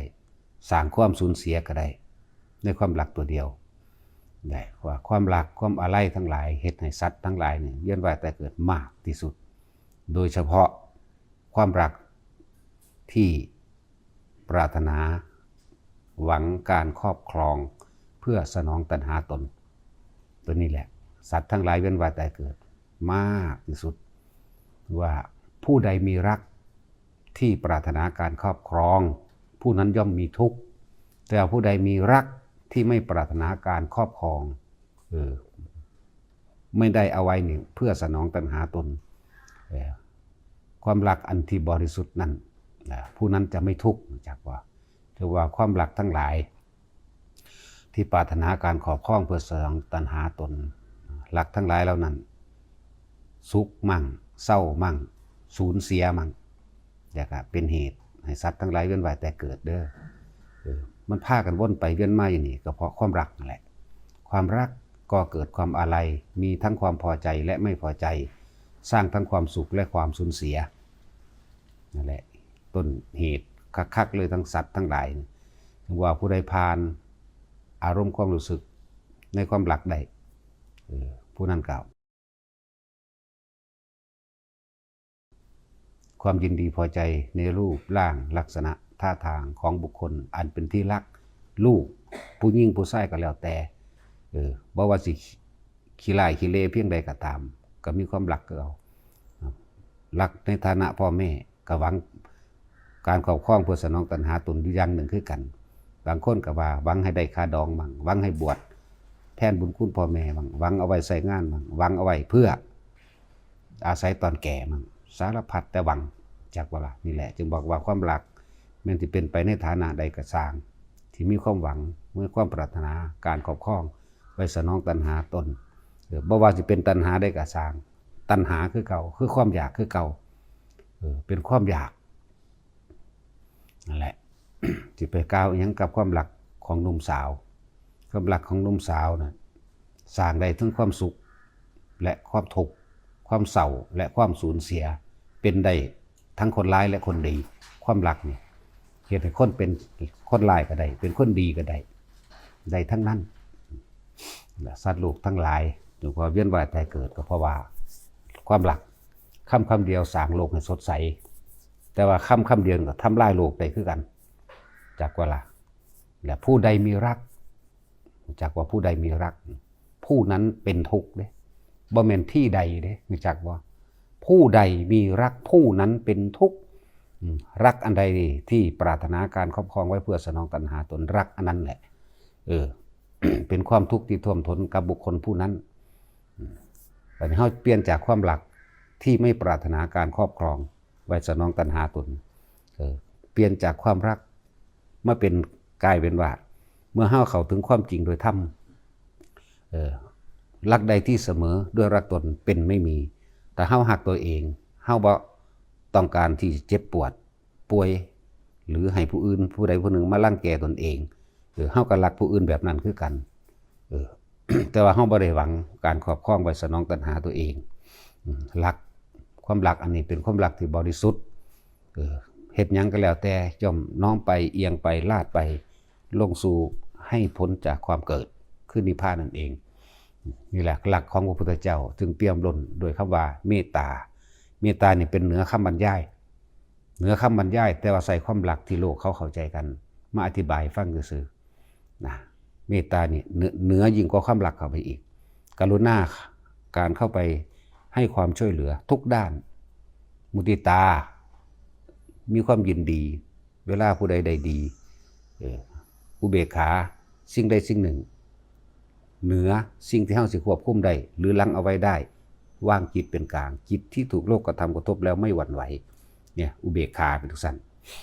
นั่นแหละจึงบอกว่าผู้ใดก็สร้างที่มีความรักไว้ครอบครองเพื่อสนองตัณหาตนผู้นั้นเป็นทุกข์บ่ได้คือกันเด้กับบุคคลผู้มีรักอันเปี่ยมล้นเลยคำว่ารักเข้าไปอีกคือเมตตาผู้นั้นสิหาทุกข์บ่ได้เพราะว่ามันสิมีตัวหนึ่งรองรับเอาไว้อุเบกขามันเกินจากว่าเกินลังเกินยั้งเกินเหนี่ยวเกินความสามารถที่เฮาสิแก้ไขได้ช่วยเหลือได้จึงบอกว่าคนที่มีเมตตากรุณามุทิตานั้นอย่าลืมอุเบกขาสัตว์ทั้งหลายให้คิดเบิ่งเจ้าของเองนั่นแหละพวกเฮานี่แหละสัตว์ก็เลยที่เวียนว่ายตายเกิดมานี่ก็เพราะว่าความรักนั่นแหละความรักความอาลัยความหวังมีแต่ความปรารถนาและปรารถนาก็ย่อมยกตนเป็นคนสำคัญในบุคคลที่รักและในฐานะกับบุคคลที่รักคือกันในฐานะเฮาหักพ่อหักแม่เฮาอยากให้พ่อแม่ย่องเฮาเด้เนาะจังซั่นแล้วหักพี่หักน้องก็บ่ต่างกันอยากให้ย่องคือกันแล้วก็อยากให้เอาอกเอาใจคือกันนี่แหละจึงบอกว่ามันมีการยกตนเป็นคนสำคัญขึ้นมาในแต่ละฐานะแห่งความรักเฮาหักครูเฮาหักอาจารย์ก็คือกันเฮาก็อยากให้ครูอาจารย์ย่องเฮาคือกันเด้เนาะเนี่ยเห็นบ่ล่ะมันมีความเคลือบแฝงมันมีตัณหามันมีอุปาทานความอยากและความยึดสิให้ผู้อื่นยกแต่ของเป็นคนสำคัญนี่แหละอันนึงบ่ว่าสิเป็นพ่อแม่ครูอาจารย์ใดๆก็แล้วแต่นักสั่นแต่ความรักอันใดก็สร้างนี่แหละมันบอกว่ามันเป็นเหตุแห่งทุกข์ทั้งเบิดนั่นแหละ บัดนี้เฮาพระพุทธเจ้าเฮาเพิ่นยังอาศัย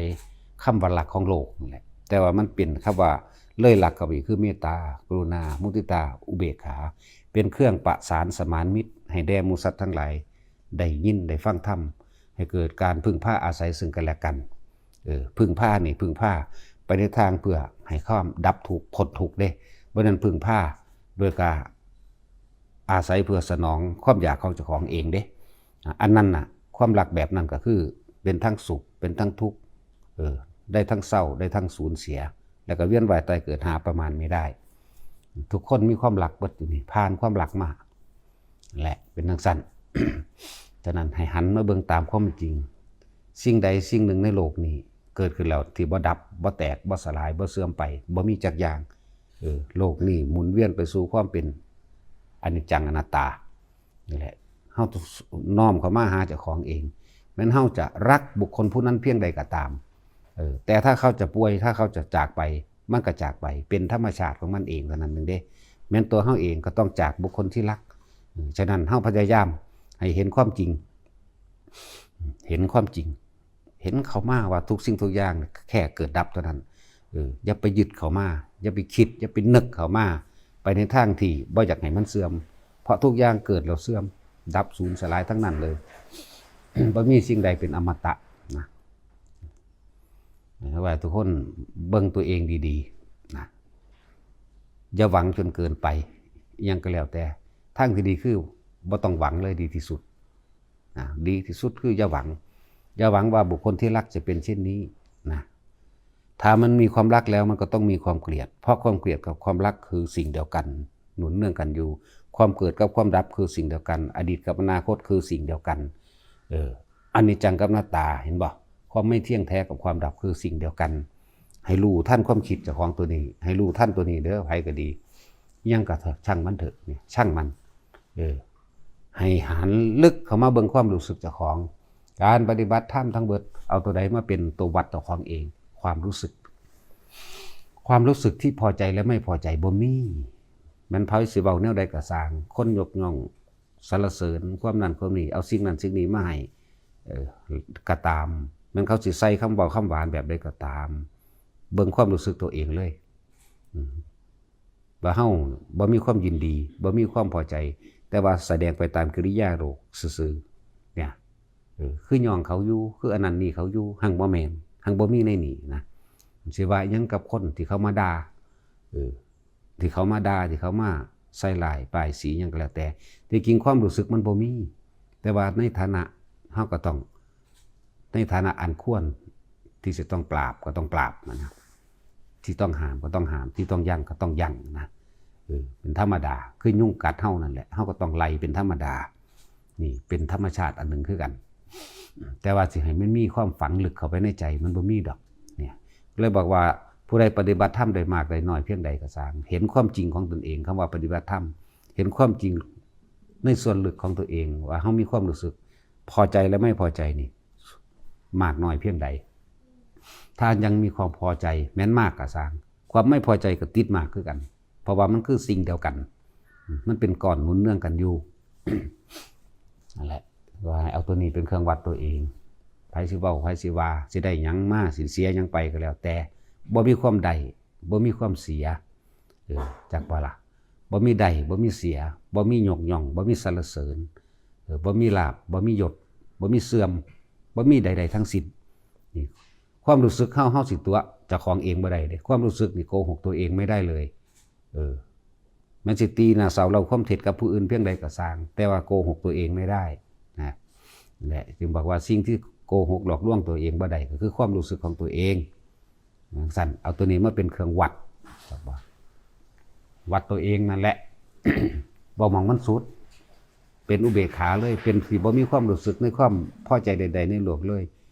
เพียงแต่เห็นความเกิดเห็นความเกิดดับเห็นสิ่งนี้ควรสิ่งนี้ก็ควรนะเป็นคนที่สิ้นหวังเป็นคนที่หมดหวังเป็นคนที่บ่มีความปรารถนาอีกแล้วนะเอาตัวนี้วัดในความรู้สึกมันบอกเจ้าของเองเจ้าของนั่นแหละดูเจ้าของเอาเองนี่คือที่สุดถ้าว่าพระอรหันต์ก็ว่าไปนะแต่ว่าเฮาบ่เป็นหยังเบิ่งความรู้สึกเจ้าของให้ดีนี่คือความสิ้นทุกข์สิ้นไปเลยตัวนี้ ความเป็นอริยะก็คือ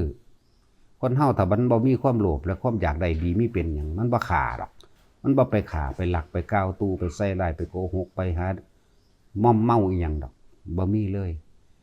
ศีลเป็นซื่อของมันแต่ว่าเป็นปกติของใจที่บ่หวั่นไหวบ่ไขว้เขวบ่คิด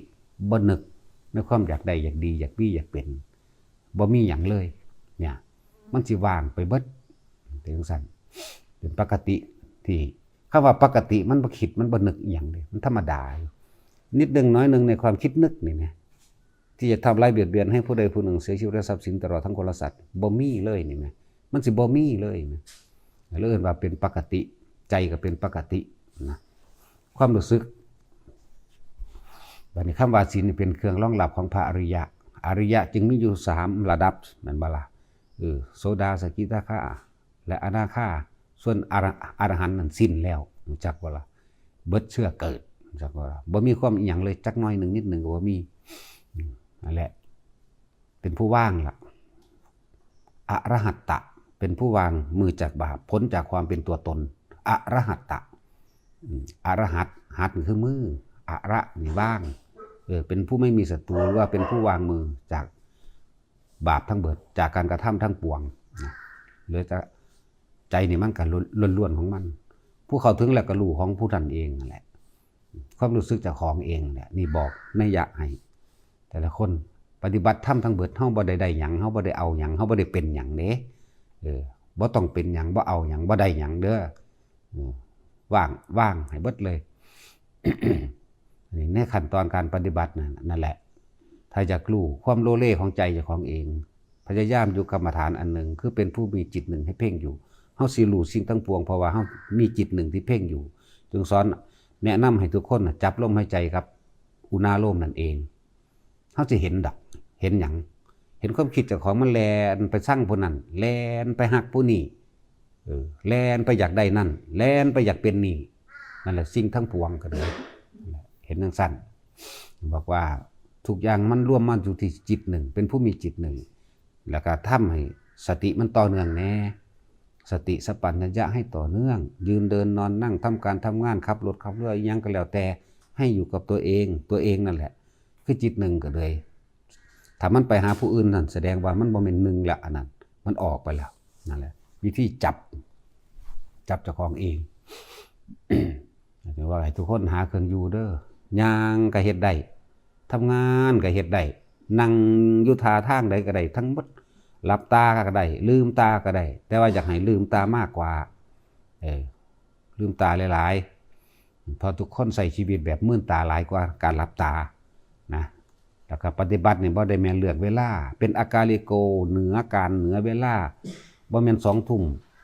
บ่แม่น2 โมงบ่แม่นเที่ยงให้มันได้อยู่สิให้ทุกคนเข้าใจคำว่าปัจจุบันนักขณะปัจจุบันนักขณะคือลมเข้าลมออกนี่หรือมีอุณาโลมขึ้นพร้อมก็แล้วแต่นี่นะหรือสิมีแต่เฉพาะอุณาโลมก็แล้วแต่ความอาการนิ่มนวลอยู่ระหว่างกลางหน้าผากของก็แล้วแต่แม้นบ่มีลมอันนี้ก็เป็นปัจจุบันนักขณะเป็นสติคือนึกถึงตัวเองนั่นแหละนึกถึงอันสิ่งที่เป็นหนึ่งคือจิตหนึ่งคือความรู้สึกอันเป็นหนึ่งนั่นเองนั่นแหละอยู่ทั้งสี่บ่แม่นว่า2 ทุ่มจังเฮ็ดเที่ยงจังเฮ็ดสำหรับของเฮาผู้ต้องการความต่อเนื่องสันตติแล้วก็ให้มีวสีฝึกไปเรื่อยตัววสีแปลว่าความคล่องในการเข้าในการออกในการรู้ในการเห็นในการเป็นผู้เข้าถึงจิตหนึ่งสมาธิหรือการปฏิบัติธรรมของเฮาจึงรู้สึกตัวทั่วพร้อมทุกขณะฝึกไปเรื่อยคนที่เฮ็ดเป็นแล้วนะนอนหลับก็ยังรู้ตัวเลยนอนหลับก็รู้ขนาดนั้นน่ะมันอันเสือเฮานอนแต่แข้งมันช้าไปด้านนี้มันผิดของมันเองนี่มันรู้เห็นบ่เฮ็ดไปมาก็เหลือแต่รู้กับรู้นั่นเองรู้ที่บ่เป็นหยังจักกว่าเรานั่นแหละอันนี้ควรอันนี้บ่ควรคำว่าควรหรือบ่ควรมันนอนทับเส้นมันก็ผิดของมันเองบ่ควรนอนนั่นปานนี้มันก็ผิดเองเนี่ยนั่นแหละฝึกไปซะก่อนฝึกไปเรื่อยๆมันสู้เฮาบ่ได้ดอกนะขอให้มีความเพียรความพยายามนั่นแหละจึงบอกว่า ความสีไล่หรือหลดแห่งธรรมความรู้สึกที่เฮาเห็นในตัวเฮาเองเอาให้กันไม่ได้ต้องประกอบด้วยความเพียรความพยายามของตัวเองสติก็เอาให้กันไม่ได้สติกับปัญญาก็ดีเห็นบ่บุคคลผู้หนึ่งถึงความบริสุทธิ์แล้วจะทำให้ผู้หนึ่งถึงความบริสุทธิ์ด้วยนั้นก็เป็นไปไม่ได้ที่เพิ่นบอกว่ากรรมก็แก้ให้กันบ่ได้ความสิวไล่คือรถแห่งธรรมก็เอาให้กันไม่ได้ปัญญาให้กันไม่ได้มันสิรู้ได้เฉพาะว่านี่รู้ได้เฉพาะตัวของเองนั่นแหละเขาจึงบอกว่าเฮาบ่ได้ไปยืนยันตัดสินไผดอกเฮ็ดป้ามันรู้ในตัวของเองเป็นจังซั่นพอ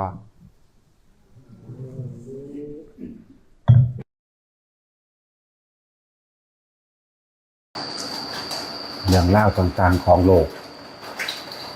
คือทั้งเบิดนี่เว้นไว้จากใจเฮาเองกายเฮาเองเรื่องลูกเต้าเล่าหลานเรื่องคนรอบข้างเรื่องว่าเรื่องราวต่างๆของโลกทั้งเบิดเฮาบ่ไปจัดการอิหยังมันได้ดอกมันบ่ได้เป็นไปดังใจที่เฮาคิดอยากให้มันเป็นร่างกายเฮาใจเฮาแท้ๆก็ยังบ่เที่ยงก็ยังบ่เป็นไปดังที่เฮาอยากให้มันเป็นนี่แหละ หาความคิดความเข้าใจความรู้แจ้งในคำว่าทุกอย่างบ่เที่ยงแท้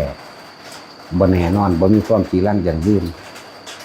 ล้วนแค่ว่ามีสิ่งใดเกิดสิ่งนั้นก็ดับเฮารู้ต่อท่านโดยการว่างความเห็นไว้ว่าบ่ได้อยากให้มันเป็นไปดังที่เฮาหวังไว้คิดไว้ตั้งไว้นี่ก็เป็นความเห็นถูกต้องเป็นสัมมาทิฏฐิอันหนึ่งนั่นแหละจังว่าแต่ละคนบัดนี้ถ้ามันเข้าใจอนิจจังอนัตตาได้แล้วมันบ่มีปัญหาอีหยังมากมายดอกเพียงแต่หาเครื่องอยู่เท่านั้นเด้บัดหาเครื่องอยู่สัมมาทิฏฐิคือความเห็นอันตามความเป็นจริงยอมรับความจริงยอมรับอนิจจังทุกขังอนัตตายอมรับสิ่งทั้งหลายทั้งปวงแค่มีแต่ความเกิดกับความดับยอมรับมันวางใจกับมันบ่บังคับมันบ่บังคับเหตุการณ์ต่างๆบ่บังคับผู้คนสัตว์สิ่งของให้มันเป็นไปได้ดังใจเฮาบ่บังคับบ่ฝืนเรื่องแม้กระทั่งเรื่องอากาศร้อนหนาวความหิวกระหายต่างๆบ่บังคับรู้กับมันแล้วก็ยอมรับในความจริงตรงที่ว่าอนิจจังอนัตตานี่ยอมรับตัวนี้แล้ว เฮาก็ต้องหาเครื่องอยู่เฉพาะเฮาเอากันเครื่องอยู่ก็คือดีที่สุดคือลมหายใจเจ้าของเท่านั้นสิไปอยู่กับผู้อื่นเรื่องราวอื่นๆมันบ่ได้ดอกเรื่องผู้อื่นเรื่องราวต่างๆอื่นๆอันเป็นของนอกเหนือการควบคุมของเฮาเองบ่สามารถที่จะอยู่ได้มีแต่ความหลอร้อนและกังวลพยายามอยู่กับลมหายใจให้มากฐานที่ตั้งแห่งการกระทำอันเป็นฐานใหญ่ฐานรู้อย่าหนีอย่าถิ่มฐานรองรับฐานรู้ก็คือลมนี่แหละคือเอาความรู้สึกต่างๆมาไว้กับลมอันอื่นๆเฮาสิเห็นตามตาเห็นบุคคลสัตว์สิ่งของกระทำแบบนั้นเฮ็ดแบบนี้เป็นไปต่างๆนานาสารพัดเฮาก็บ่ได้เข้าไปยุ่งกับมันดอกเฮาฝึกตัวของเองมาอยู่กับลมได้ดีแล้วฝึกตัวเองอยู่กับลมนั่นแหละวิธีวางความเห็นบ่มีอิหยังเป็นของเฮาจางๆดอกในโลกนี้และโลกใดก็ตามบ่เป็นไปดังใจที่เฮาอยากให้เป็นดอกเนี่ย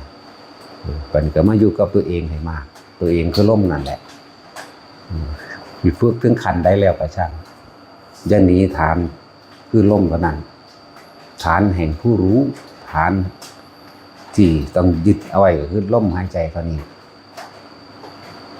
นี่แหละจึงบอกว่าเกิดนั้นขึ้นกลับมาลมก่อนเด้อมันจะคอยขี่คลายมันจะคอยเข้าใจไปเองมันจะปล่อยเอาเองดอกเฮาบ่ได้เป็นผู้ปล่อยว่างเนี่ยเฮายังไปเป็นผู้จัดการอยู่มันบ่แม่นเด้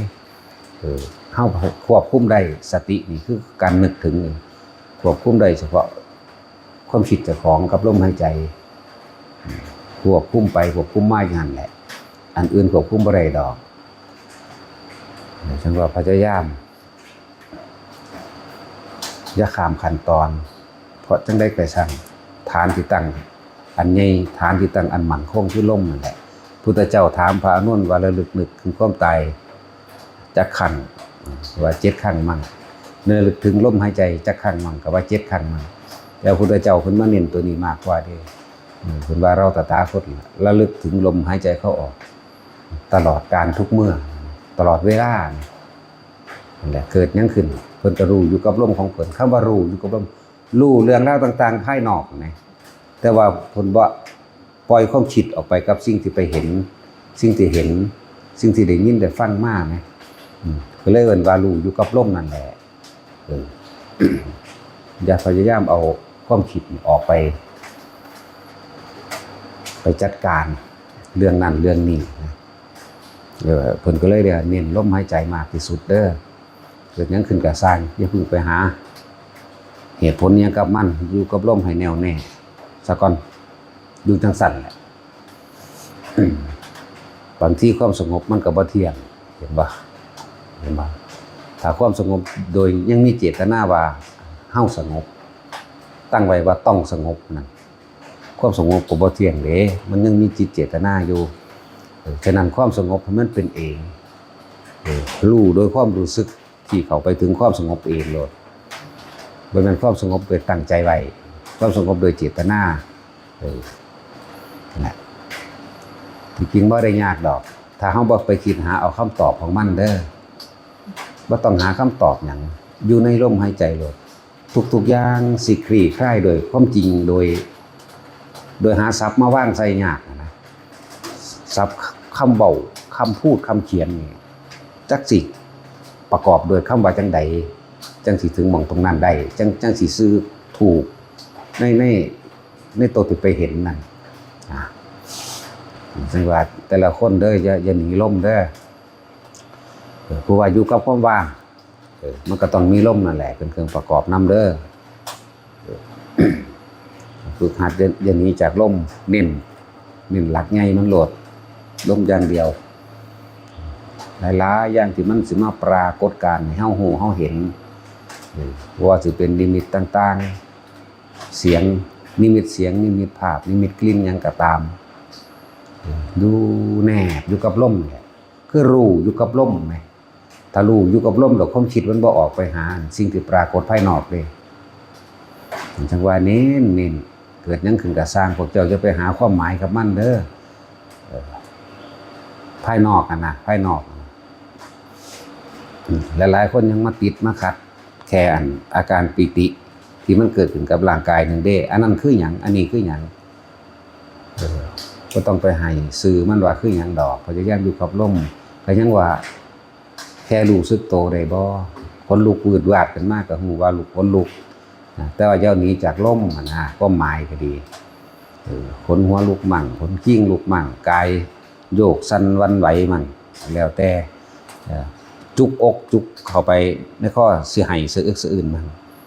ก็บ่ต้องไปหาสาเหตุมันให้รู้อยู่กับลมรู้ว่ามันบ่เกิดแซ่ยงสั่นตลอดมือดอกแล้วก็บ่แม่นว่ามาเฮ็ดแค่ข้าวเดียวเฮ็ดไปเรื่อย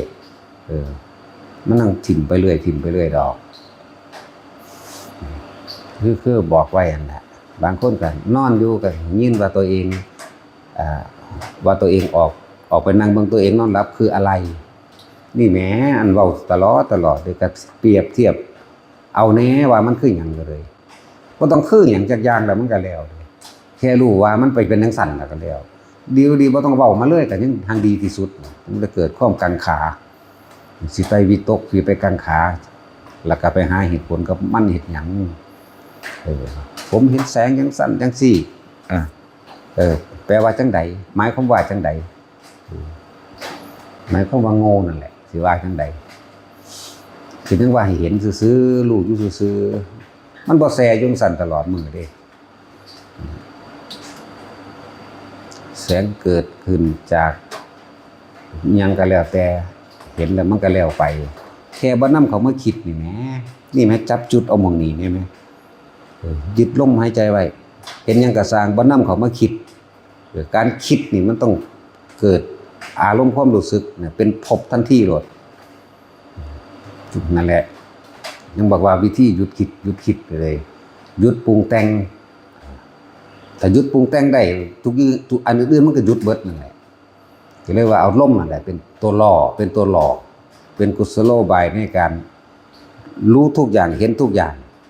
แต่ว่าบ่ได้มีอารมณ์หรือว่ามันได้คิดปรุงแต่งไปกับทุกสิ่งทุกอย่างที่มันเกิดขึ้นนะแค่ภาษาอันเป็นเจ้าของออกไปนั่งเบิ่งเจ้าของหายใจสิลุกออกจากร่างกายทั้งสี่มันก็มีเบิดนั่นแหละแต่เฮาก็ยังบ่ได้สนกับมันเบิ่งมันสิไปจังไดนี่บ่ได้คิดตำหนักคำว่าเบิ่งมันสิไปจังไดจะดูอยู่กับมันซื่อๆแล้วแต่มึงสิไปแสดงภพชาติหยังก็สร้างเบิ่งจังซั่นน่ะก็เลยว่านั่นก็มันก็บ่ต่างจากฝันนะมันบ่ต่างจากฝันเด้ภาษาของพระสังสรรค์ซื่อแม้กระทั่งพระพุทธเจ้ามาแสดงธรรมเท่านั้นองค์เท่านี้เฮาก็ยังบ่ได้สนใจเขามาคิดเลยนี่เว้าให้ฟังเมื่อภายหลังซื่อมันหลายคักคือหยังนี่เด้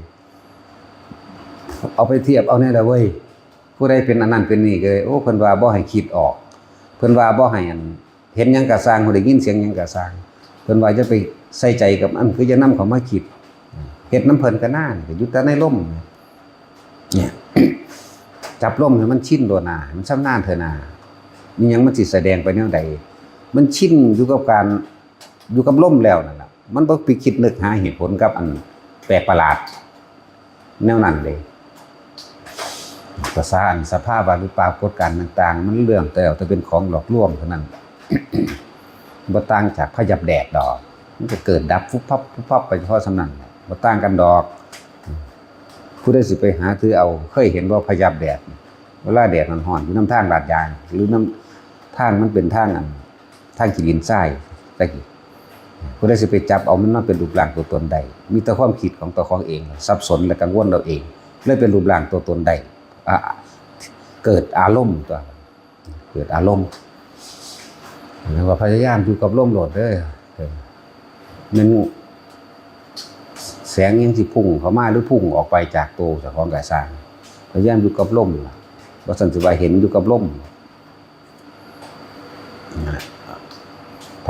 ถ้าเฮาคิดนึกปรุงแต่งเวลาใดก็ตามเด้ย่อมมีอารมณ์เกิดขึ้นสองอย่างมีความพอใจกับบ่พอใจโลดนั่นพบเกิดโลดนั่นพยายามที่เอาอยู่กับลมอย่างเดียวเด้อ มันก็อยู่ปัจจุบันของมันบางทีบ่อยู่กับลมก็อยู่กับอาการปิติอันใดอันหนึ่งที่มันเกิดขึ้นในตัวเองอันอื่นแทรกซ้อนก็บ่ต้องไปสนใจอันที่แทรกซ้อนถ้ามันกำลังสิกังขาวิตกมีความของใจนั่นแหละกังขาเลยกลับมาลงปั๊บโหลดอย่าปล่อยมันชินในการคิดมันกำลังสิวิตกกำลังสิกังขาว่ามันคือหยังวะเนี่ยปั๊บเข้ามาโหลดปรับเข้ามาล่มเร็วมันปรับไปแนวอื่นได้นี่อันเว้าอยู่เดิมนั่นแหละมันสิพระพุทธเจ้าองค์นั้นองค์นี้มาเทศน์อยู่ซื่อๆโลดบ่ต้องไปสำคัญมั่นหมายใส่ใจว่ามันจริงมันจังอีหยังพระสงฆ์องค์นั้นท่านอันนี้เขามาแปลงกายเป็นยักษ์แปลงกายเป็นนั่นเป็นนี่ให้เบิ่งก็เบิ่งอยู่หั่นมันบ่ได้อยากเบิ่งดอกความจริงมันก็เป็นขึ้นมาเอาเองของมันเมื่อมันเป็นขึ้นมาเอาเองของมันอย่าไปติดตามมันคือจะคิดตามมันจักสิใส่คำใดดีพวกบ่เข้าใจถามแต่อันเก่าภาษาปิติสำนีหนึ่งนะอันนั้นคือหยังจะให้มันเกิดวัตถุอย่างกับแตกแขนงจักแตกแขนงแปลงเอาไปเป็นนี่ละเว้ยเนาะก็สิไปเว้าให้มันถูกแต่อันเจ้าของเป็นนั่นว่าเขาเป็นเนาะทุกอย่างนั่นแหละเนี่ยนั่นมันบอกก็ยังว่ามันเว้าบ่เบิดดอกแต่ผู้ฟังนั้นสิใส่ใจสำใดแท้บอกว่าเกิดนึงขึ้นก็สร้างเห็นพระพุทธเจ้าย่างมาเทศนาเรื่องใดก็สร้างอย่าคิดตามแค่นี้อย่าคิดตามอย่าคิดนำพระสงฆ์องค์ใดแล้วย่างมากเหาะมากก็ตามอย่าคิดตามอย่าคิดนำรู้อยู่กับลมคำว่ารู้คือเห็นอยู่ได้ยินอยู่กับลมนี่นะอย่าเอาความคิดออกจากลมนะอย่าออกจากลมนะอย่าคิดตามเป็นผีเป็นงูเป็นหยังมากก็ช่างเถอะนั่นแหละโอ้ยมันหลายกระดอทำสับสิเว้าเป็นเรื่องเป็นเล่าเป็นบ้านเป็นเมืองเป็นภพเป็นศาสตร์นับก็บ่ได้เด้ถ้าไปค่ายคิดนำอยู่กับประสาทตายเลยเลยบ่คิดนำเป็นเรื่องเป็นเล่าเด้ว่าธรรมดาเด้เท่าใดเป็นเท่าใดล้านปึ๊บไหลเป็นเหมือนข้าวเดียวแต่ไปกุมคิดด้วยน้ำอันมันเกิดประมาณบ่ไรนั่นโอ้ยเป็นบาปให้มันว่างปล่อยให้เบิดเลยเห็นหยังกะสร้างได้ยินหยังกะสร้างได้กลิ่นหยังกะสร้างอย่าคิดตามอย่าไปอยากรู้เหตุผลกับมันนั่นแหละ หลักการดูจิตก็คือดูลมนั่นแหละบ่ต้องไปดูแนวอื่นดอกไปสิอยู่กับความว่างอยู่กับลมนั่นแหละถ้าว่างโดยเจตนายังมีอยู่นั่นแหละอยู่กับลมให้มันนักแน่นจนว่ามันเป็นเกิดยังขึ้นกับซันเป็นว่างๆในลมโหลดมันก็แล้วเองหรอกมันบอกก็ถือดอกอันว่างอันอีหลีมันนั่นน่ะมันมีแต่อุปมาอุปไมยเปรียบเทียบให้ฟังซื่อนะทุกคนเน้นนิพพานอย่างเดียวเด้นี่มีแต่สิบ่สนใจว่าสิไปอีหยังกับไผอย่างเดียวบ่ได้สนใจว่าสิเป็นหยังได้หยังอย่างเดียวเลยบ่ต้องไปกังขาหรือวิตกว่าคือหยังอย่าไปหาคำตอบคำถามจากสิ่งที่มันพุดขึ้นเกิดขึ้นเถอะตั้งแต่เรื่องเล่าที่เฮาเห็นกันหาอยู่หากินเดี๋ยวนี้มันก็ยากครับเพราะแห้งแล้วยังสิไปยากในเข้าไปอีกกับแนวนั้นซื่อ เนี่ยมันพุดขึ้นซื่อๆ เป็นสั้นเนี่ยจังว่าแต่ละคนเน้นหนักในลมเด้อเกิดขึ้นก็สร้างอยู่กับลมเดี๋ยวเฮาสิรู้เอาเองดอกปล่อยหรือบ่ปล่อยนั่นน่ะมันสิรู้เอาเองในตัวของเองดอกบ่มีคำอธิบายดอกแต่มันปล่อยแท้ๆดอกนั่นแหละผ่านมาแล้วไปถึงจุดปล่อยจริงๆเลยนั่นน่ะบ่มีคำอธิบายมันมีแต่อยากหัวซื่อๆหรือยิ้มๆไปซื่อๆก็แล้วไปเลยมันบอกศัพท์บ่ถูกมันบ่มีศัพท์มันบ่มีรูปมันบ่มีนามมันบ่ฮู้ว่าสิใส่ชื่อว่าจังใดเนี่ยผู้ใดไปถึงเมืองหันล่ะผู้นั้นก็รู้นั่นแหละวิธีที่เฮ็ดให้ถึงตัวนั้นได้ลมหายใจอย่างเดียวอย่าไปเอาเรื่องอื่นเถอะเอาล่ะพอ